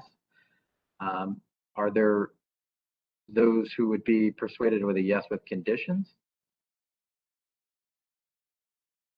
Okay, so we're talking about either a no or a no with Rosa, conditions. actually, I would consider yes with conditions because while I did not live here long ago, I do remember visiting, and I do agree with what Paul said, which is that this neighborhood, when I visited pre-Howard Hughes, was honestly pretty crappy and derelict and sad, and not a place that I think any New Yorker would go, but it was more designed for tourists than it was for the people who actually lived here and worked here and used the space. And I don't believe that Howard Hughes is the devil incarnate. I do believe that they have done good things, but they have done good things for their own benefit. And as I said, with the street maintenance, it's for their own benefit, which is to make a profit, while we get to have the side benefit of a safe place to hang out and do things. And, if you want to pay a lot of money for various services, you can, and buy fancy shoes, you can, and buy wonderful, whatever merchandise, then you can.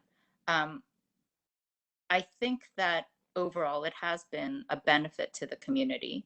And I think that the South Street Seaport neighborhood, which is something that we've been struggling with as a community for a while, has always not done well. It's never quite found its footing, right? It's never been successful as a community or a commercial district or anything really.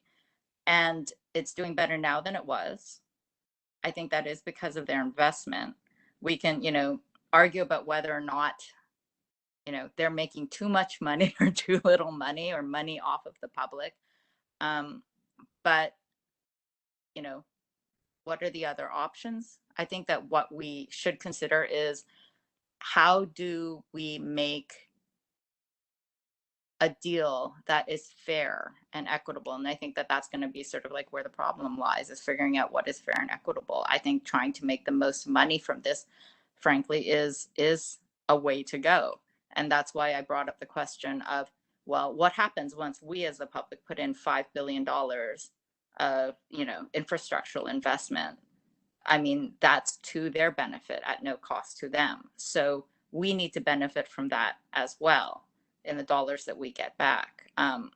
So I would consider it a yes with conditions.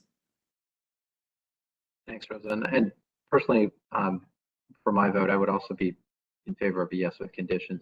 To me, it's a separate and distinct issue in action from any particular development or any particular land use action, apart from just an extension of the lease and more or less extending what is sort of existing out there for financial gain to our community as far as I can see. But respecting other people's opinions, it seems okay. So I see Katrin, your hand is up. You haven't had a chance to be heard. Yeah, I would say I'm probably inclined to vote yes on this, and maybe I may not have as many conditions as Rosa or you, but I'm kind of more on the yes side on this, just to let you know and the committee know. Okay, thanks. Michael Kramer, your hand is up. Is that from earlier, or did you want to weigh in on? To weigh in on this. I mean, the first thing I think we need to note is that we're flying blind. We don't have a lease in front of us, so we don't know what we're really agreeing to. And I think that should be noted in the resolution. The second thing is this question of why 99 years? Why do they need that now when they have the ability to be there until 2072? So my fear is that they're going to assign the lease to somebody else. So it really doesn't matter what we think of Howard Hughes. It's what we think of whomever the next guy is. And the next guy we really don't have any control over at all. EDC has certain parameters that they have to have a certain amount of money. But what it comes down to is it really comes down to privatizing this pier and losing the ability to have any kind of influence on what the real decision making is.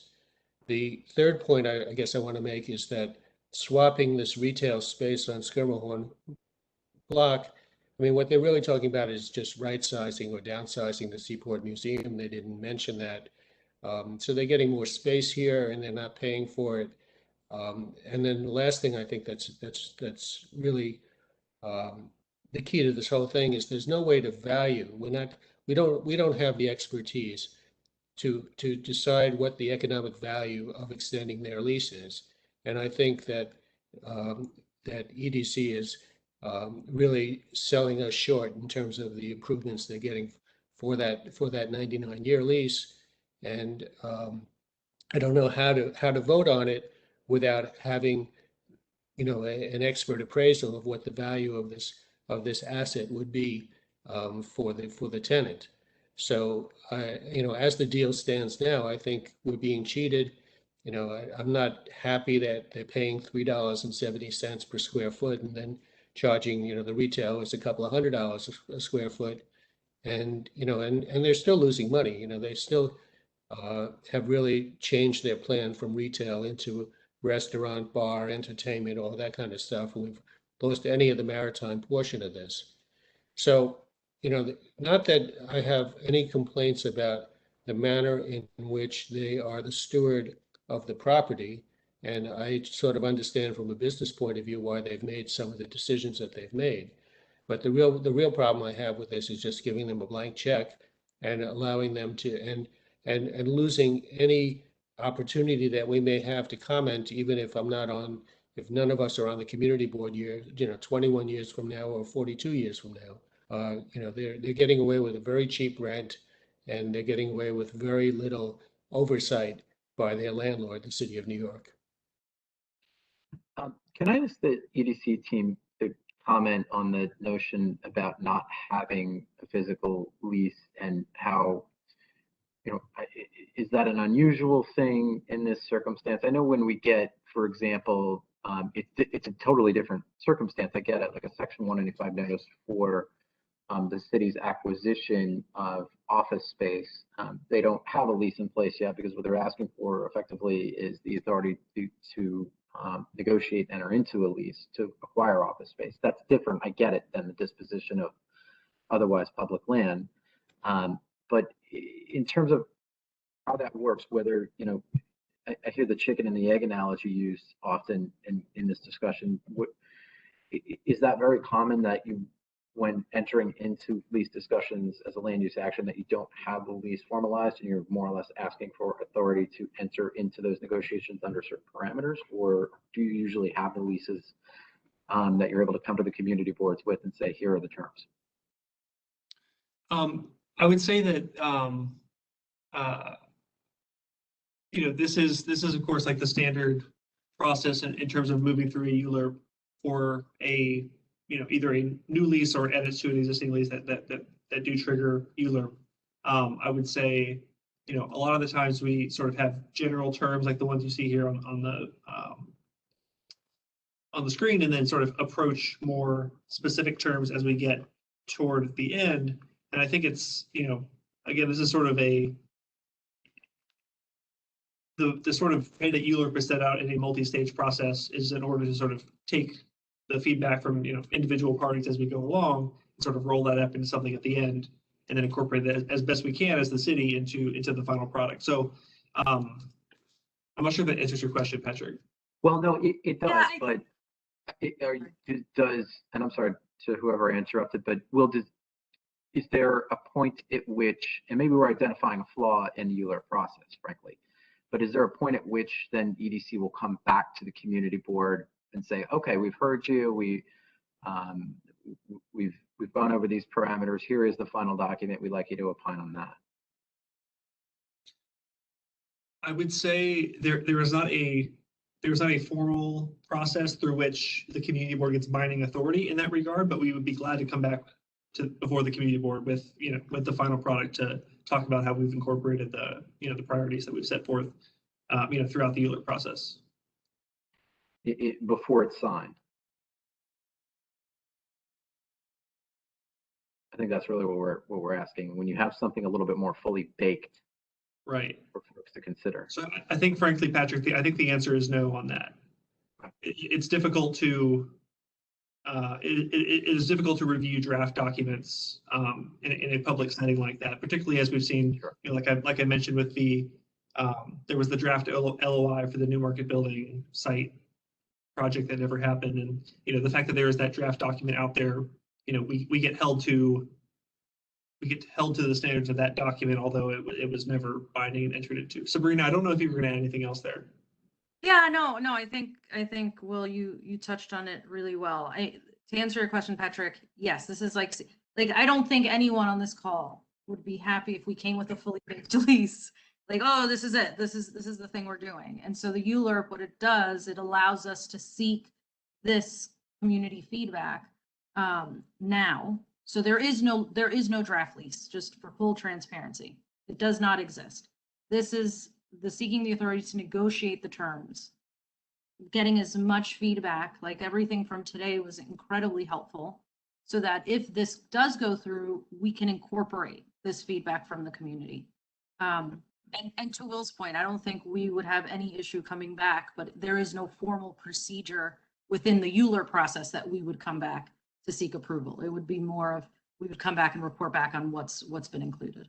Yeah, and I get the balance there. You don't want to negotiate out in public. That's counterintuitive, but it is also sort of a public process, and where the community board fits in that process, it's awkward. And I guess it's just that. Yeah, we don't deny that. Thanks. So Tim, you had your hand up, and then I saw Richard, and then Paul.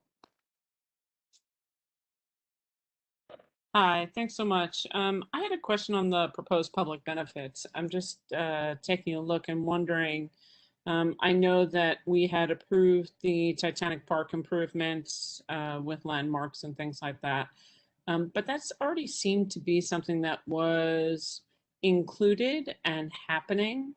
And if we're looking at a 99-year marketplace extension, all of the proposed public benefits, maybe we should be looking at additional proposed public benefits. Is there an option for that? Because you're looking at the Fulton Stall Market, which is 10 years beyond today. The improvements north of the leasehold certainly benefit the leasehold as well as the public. So that, I would say, is a public benefit, but is mutually beneficial. And I'm a little confused because I believed that the Titanic Park improvements were already agreed to be funded. So when we're looking at a 99-year lease extension, is there an opportunity to take a look at what public realm benefits could be had in 25 years or every 20 years or something like that, that could be baked into this versus just one and done? And in 50 years, when there's an extraordinary need, there's nothing to discuss. Tammy, that's frankly a great question and a really good point. I think we have, I don't think, explored that so far, sort of pegging capital commitments out in sort of the out years of the lease, but that's something we can take a look at. I think, like I mentioned, in response to a question from Alice, what you see here on the screen is really a baseline that we're starting with. And I think if there are things either sort of operationally that the community board would like to see differently, or tweaks to what you see here on the screen in terms of what those dollars are improving, or something else that you have in mind. And again, we need to temper expectations in terms of how much we can pull from this. But I think this is the baseline to start from. So I would say that the first one, just so you know, under proposed public benefits, is a mutual benefit. It is not solely altruistic for public benefit. It benefits themselves as much as anyone else, quite frankly, because of their access and what they'd like to see to enhance their own, including with their driveway building. So smart offer. I believe Titanic Park had already been agreed on because we had already approved it. So I don't actually think that that's a public benefit that belongs in this action. I challenge and ask you to come back and let us know that. Certainly, I'm looking for the future in terms of having public benefits that continue throughout the lease, simply because it is the largest land that we have in our community board that we're talking about. And then lastly, can you have any input or conversation? There are 3 development sites that are on the LMCR that fall within this area, including the north area. And what, if any, correlation is being had either through public benefit or lease or anything for what anywhere connection to anything revolving around the proposed development sites that have been shown as possibilities in LMCR relate with this?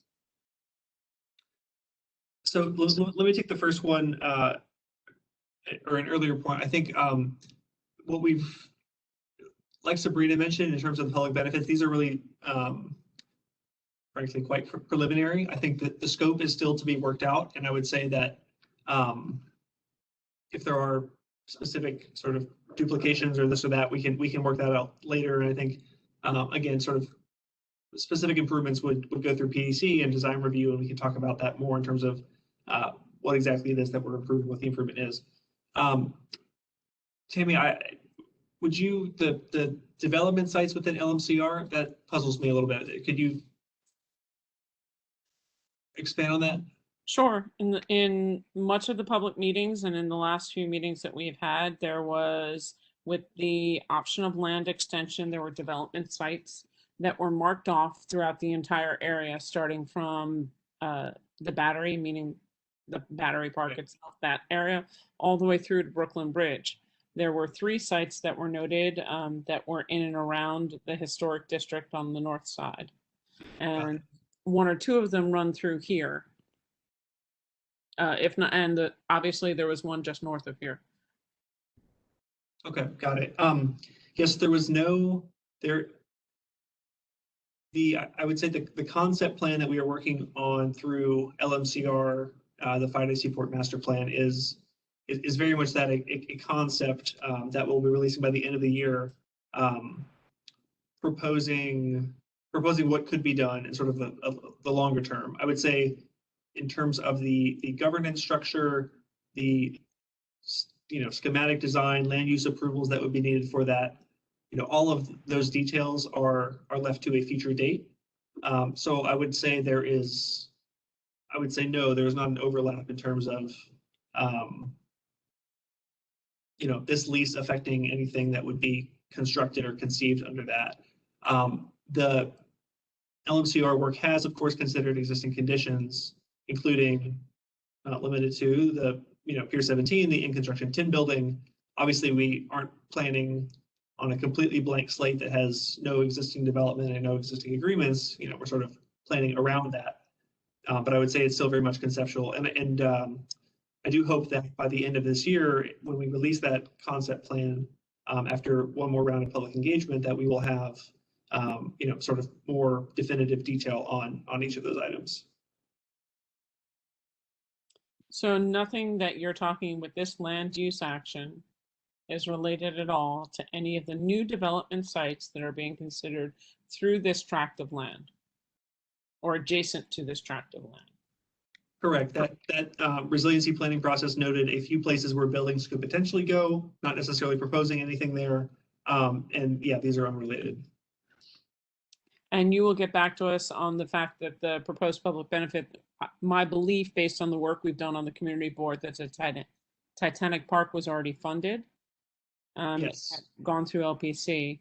And I know we're supposed to vote, but Patrick, I would say that unless I think you have quorum without me. So my only input is to say that there should be proposed public benefits that go beyond the 10 years. That is the only one at the bottom that's really truly a proposed sole public benefit, according to, and even that, as Rosa has noted and others, is literally 1/3 of what the community was promised, 3,500 versus 10,000.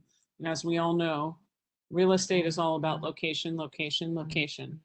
We don't want conditions put on many of these things. Thank you. Great. And Tammy, your question about scope for Titanic Park is a good one. It could be that they are two separate sets of things. We'll find that out and get back to you.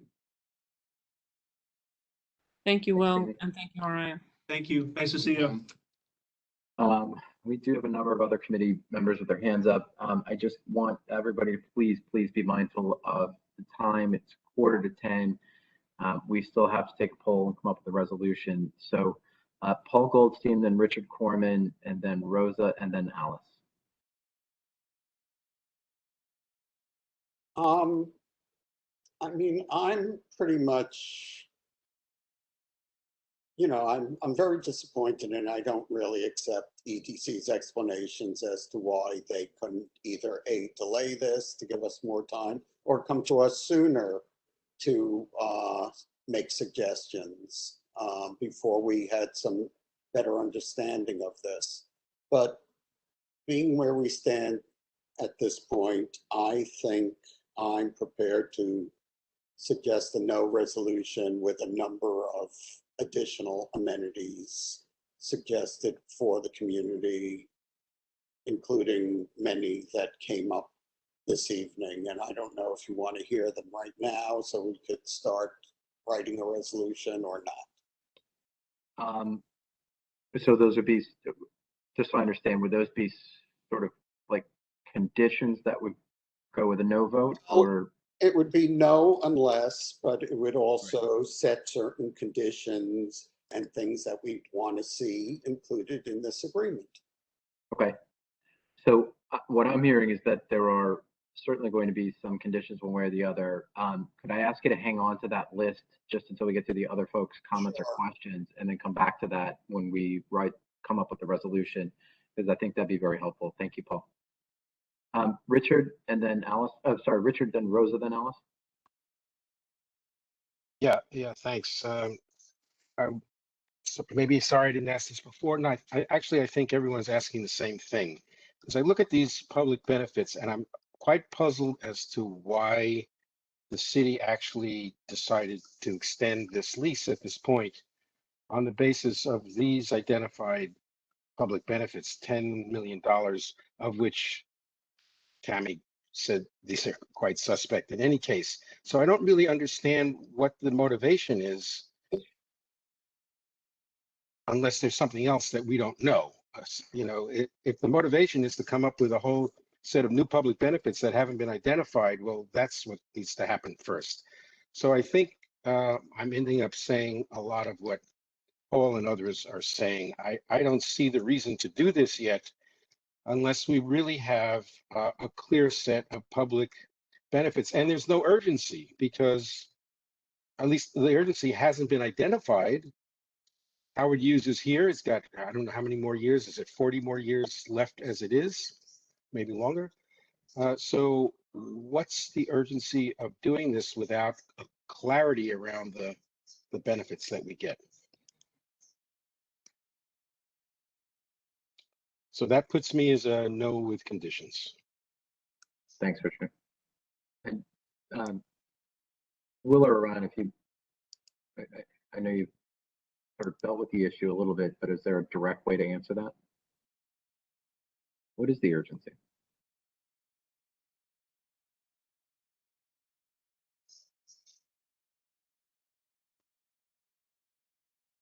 All right, maybe we've lost them for a moment. Rosa, I'd ask you to jump in, and then Alice. Thank you.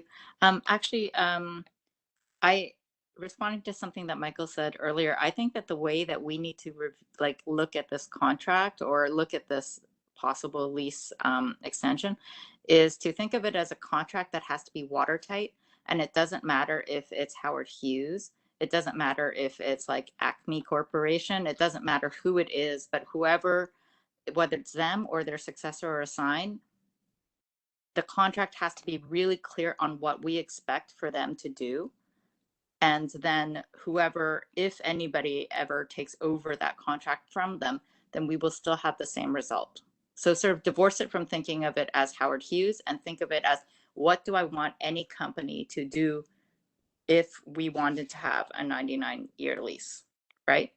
And that is, you know, that goes past them. It stays with the lease, right? And whoever's holding that lease. And you know, related to what we're talking, we seem to be going over and over and obsessing over the public benefits. And I think that Tammy touched on a really interesting idea.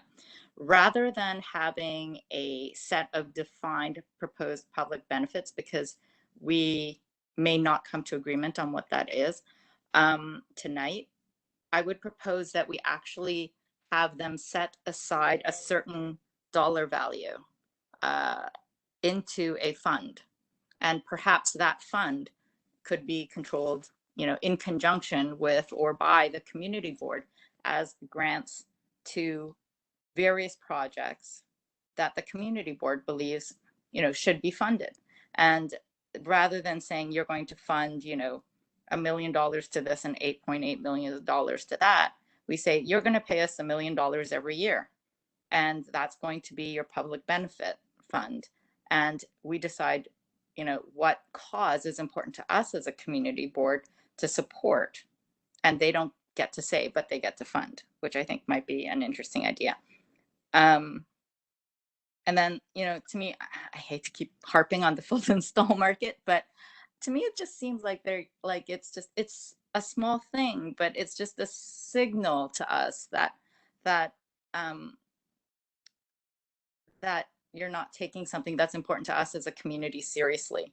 And I would say that given that what we're really talking about is a difference of 6,000, you know, square feet, 6,500 square feet, just give it to us. Just give it. It's nothing in the portfolio that you guys have, and in the portfolio that is the South Street Seaport, 6,500 square feet is nothing. It's a sneeze. So let's just put that to rest so you don't ever have to discuss it again at another community board meeting. And just say, okay, we're going to give the Fulton stall market 10,000 square feet. Another thing I would say is maybe, because we're talking about, well, how do we know what the value of this is right now? So before you finalize your lease agreement, if such a thing is, you know, given to you to do, we need to have a new, like a market analysis done now. Right? So that we can sort of see where we are, but obviously considering like pre-COVID times, not actual COVID times, because that totally throws everything off. And then the final point I would like to make is that it would be really, I think it would be beneficial to us to, as part of our lease extension discussion, say that we're actually going to change the reset years.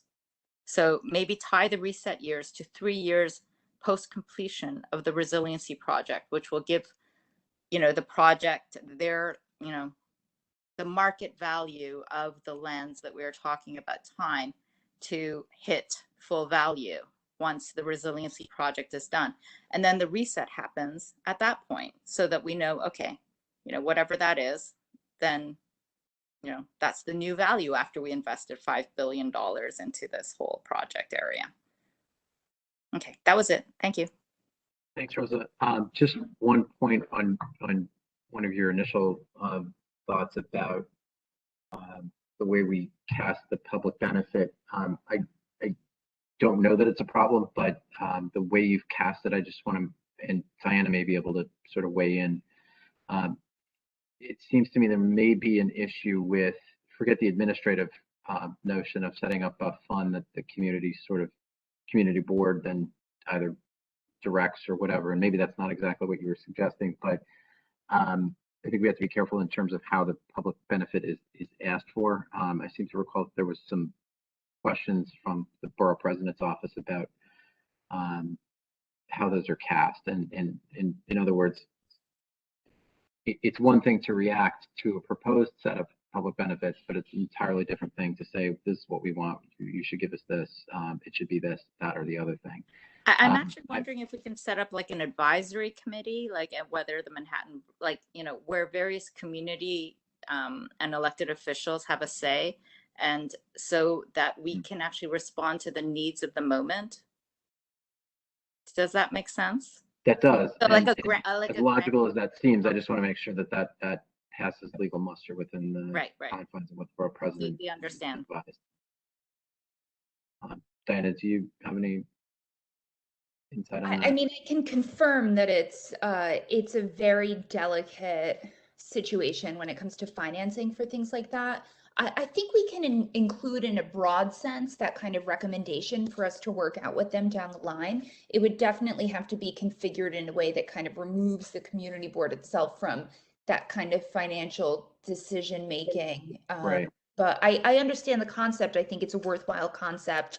I think we would just have to be broad in how we recommend it in the resolution and, discuss the potential for that kind of mechanism down the line.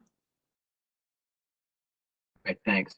Alice, I saw your hand went down. Thank you. So Joe Lerner's hand is up, and then Joe, you're going to have the last word before I go through and pull the members of the committee to see where everybody's at. I'm getting a sense of a real split here. So, Joe?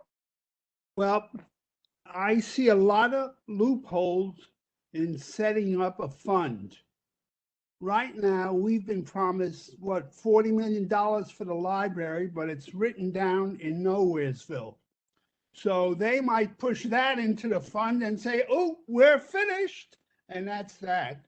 I mean, I'm not sure about this fund. And I just made my point of the seaport, but I just have, there's something doesn't smell right to me. Thank you. Thank you, Joe. So let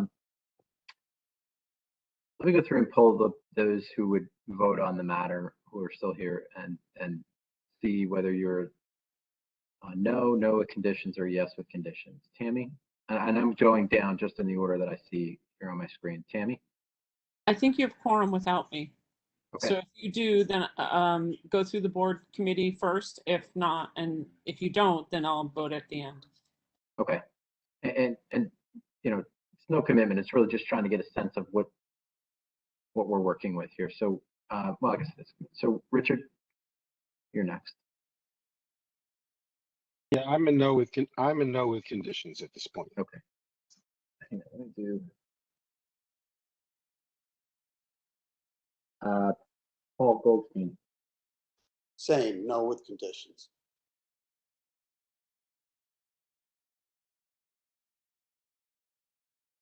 Rosa? Patrick, can you clarify for me what the difference is between a yes with conditions and a no with conditions? Yeah, no, it's a good question. It's sort of a hard thing to define. No with conditions is no unless you do these certain things. Yes with conditions is effectively, yes, I like your proposal. I approve it, so long as you consider X, Y, and Z. Yes with conditions is a bit of as its name suggests, it's a more favorable outcome than a no with conditions. At the end of the day, they're sort of very similar, but a no unless sends a different message. Does that make sense? That does make sense. Okay, I do see and understand the distinction. Thank you very much. I vote no with conditions. Alice? Yeah, I mean, I think it's a negotiation, and like all negotiations, if you say yes, it's going to be yes, and if you say no, it's no. And so I have to say that there's, I'm not all against HHC and a lot of things they do or try to do for the neighborhood, but I do think that in this negotiation, we need to have a lot more on our side of the aisle. So I'm going to say no with conditions. Thanks. Okay, thank you. Gerald? I'm also no with conditions. Jason Friedman? I'm no with conditions. Okay. Mr. Lerner? I'm going to say no, period, because they don't need an extension now. They want the extension so they can sell the property rights at a bigger sum than they could without the long lease. Gotcha. Laura?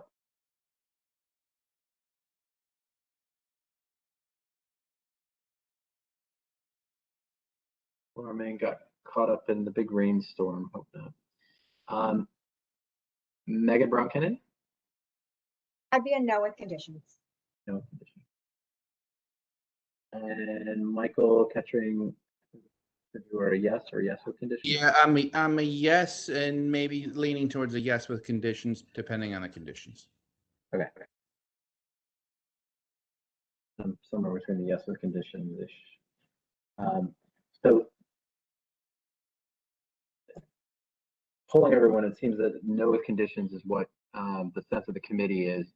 I think what we need to understand for purposes of our resolution is what exactly are the conditions. I did hear from Tammy that the public amenities should be, the public benefits should be, go beyond 10 years. That's one condition. What other ones do we want to specifically articulate?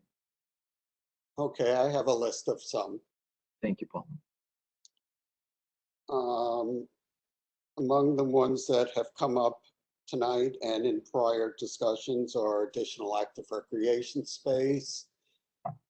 Somewhere we could specifically mention Pier 17 as well as Brooklyn Banks.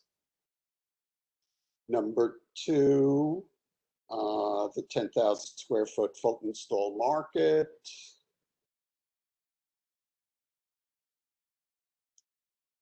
Number 3, I have as an item rebuilding the new market site into a community center as requested by the community board in prior resolutions. A couple more. One other condition I would ask that we put in is that EDC should spend the money paid to it by Howard Hughes only on seaport improvements, as opposed to putting this money into the general fund.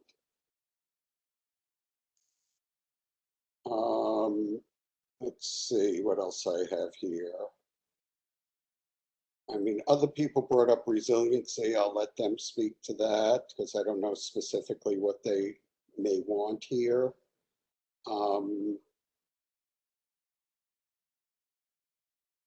Tammy mentioned the 8% annual increase like Battery Park City. I don't think there's any harm in suggesting that they indeed investigate whether it is feasible to, as apparently happens at Battery Park City, to get a bigger increase.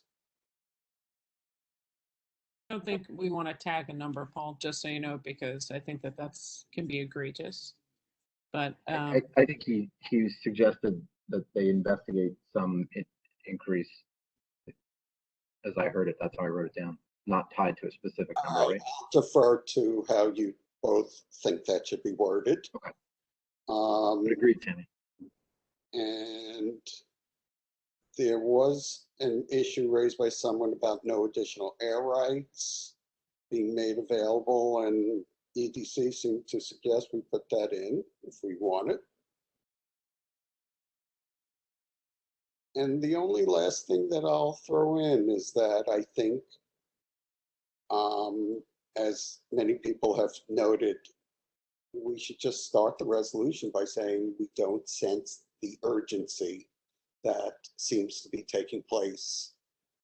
You know, I understand at this point we're pretty much going along, but I think we should make that point because it's important and many people have agreed on that. So that concludes my list. Thank you. Thanks, Paul. It's really helpful. All of that will make for a good resolution. Does anybody else have any additional conditions or other points that they want to make sure come out in the resolution? I think we should have a market reset more often, maybe every 10 years. that's actually, Michael, where I was going to versus a flat increase for 99 years. Would agree with that. Every 10 years or so? I'd also suggest like some sort of cost benefit analysis for this consideration of public benefit now and in the future. And I also wanted to add the prioritizing of the greening of the open space that will be under this lease. Sorry, I missed the last part, Alice. Well, yes, that's prioritizing of the greening of open space that will be part of this lease. So the former streets and all open space. Tied to that, I would say we must have access for all the resiliency work that's going to be going on, because that's going to be a pretty big project. I get told to ask, is there any assurance that the new market site, which we've been staring at all night in that plan, is never going to be developed to the height that it was originally considered? Is there some sort of something written about that? I've always often wondered just what assurance there is that that new market site couldn't be the same tower it once was when we saw it years ago. Is there anything on that? I mean, not that that's part of this, I understand that, I was just curious. Yeah, Diana, do you have a quick answer on that? Thanks. I'm sorry, can you repeat the question? Is there any assurance that the new market site can't be built out as of right to the height that it, you know, to its full height, whatever that is, I've forgotten now. I guess that's for Will, who's still here, I assume. EDC did give us some indications of that was their thinking at the end of the 2014-15 review of the last go round for the new market. But yeah, we should ask EDC obviously on that. Yeah, I'd say it's the next elephant in the room that should be really clear as to what's coming next. So if that can fit in somewhere, thanks. Yeah, I would just say that, we are confident, there's no dispute on our side that in our minds that there's no option for Howard Hughes to develop that site. I don't have off the top of my head the current air right zoning allotment for that site but we can get you the information. I think that probably is in one of the presentations that we gave, but I don't have it off the top of my head. But Will, we're right that at this point in time, anything could be built on that site. There's no prohibition to something going up to whatever the as of right is today, correct? It would be subject to the EULR. Yes. So just as a technical matter, Alice, for our resolution, one of the points Paul mentioned as a condition is the rebuilding of the new market site into the community center per prior resolutions. I just want to make sure we'll word it in a way that doesn't conflict with that, because I hear your point. So both of those thoughts can coexist in the same resolution. Great idea. Any others? Also specify, I'm sorry, one more. We should also specify that it's more friendly to visiting ships, more berthings. There should be some more, maritime friendly enhancements. Very logical. That'll be the yachts who are going to live in the penthouse at 250 Water. Patrick, can I also bring up the fact that, when the first time when we were in the Seaport Working Group and all the presentations were given to us, the roof at Pier 17 was offered as a public amenity option. Now, I know it wasn't guaranteed, and we now have an area that's around the HVAC units, but I'm wondering about long-term public benefits that can really address the socioeconomic changes to provide access and equity for all at the sites and around. That is a long-term perspective and part of the public benefit. We have long arguments about the fact that that space is supposed to be open, period, all the time, open access to the public. It's not always. Yes, you can call Saul and Saul will handle it, but maybe we should be having a discussion about what the public benefits in the public realm really look like and what they should be beyond, the 10 million that I think has already been accounted for and is not really public benefit. The only thing really the public seems to be getting is a 10-year lease extension for the farmers market. That's 1/3 the size of what it should be and still doesn't address some of the socioeconomic diversity that we're looking for at the seaport. what we don't want it to turn into is something that's unaffordable in all locations for anyone in every aspect. That was not the hope nor the intent. Okay. So look more closely at the socioeconomic accessibility of existing amenities within the Seaport leasehold, right?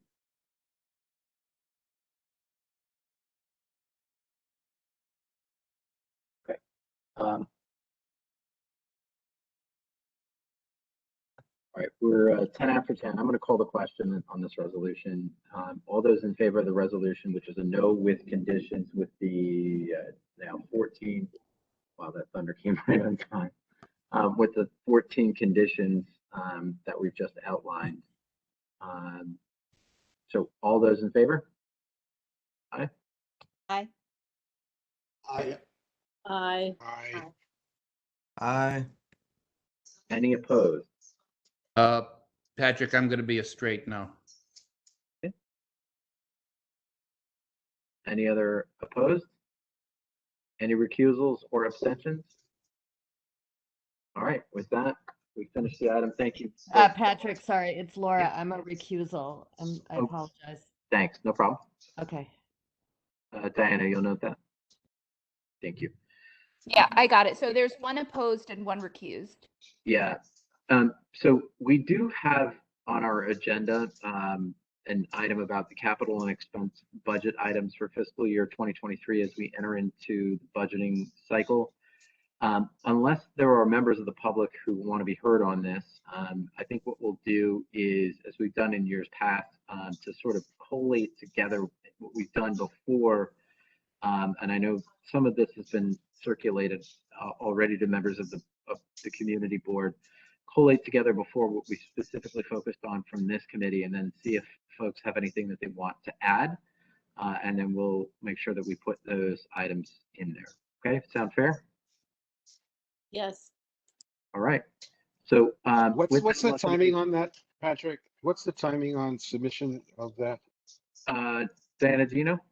Or Well, Tammy? we have to vote. The executive committee will do a final vote on it next month in October. And then our final vote on our budget recommendations are at the end of October. So it's on every September agenda. I know that Lucian sent around some materials. If anybody has questions or needs something, reach out to me and I'll make sure you get it. It's on every September agenda so the committees can start thinking about it in advance of October, because once October comes, everything moves really quickly. So start thinking about it now. Okay, thanks. And thanks, Diana, for reminding me that what I was thinking of was what Lucian sent out, which was last year's budget requests and responses, our document that we put together. That's a great place to begin because it shows where we were last year, and those things will be carried forward unless there's a reason not to. And then, of course, we'll have the opportunity to add things as folks see fit. So let me and Diana and Laura know what those will be. With that, unless anybody has anything else, we'll adjourn the meeting. Stay dry. Glad we're not commuting. Good night. Thanks, Patrick. Thanks, everybody. Good night. Good night. Thanks, Bye. Patrick. Night, everybody.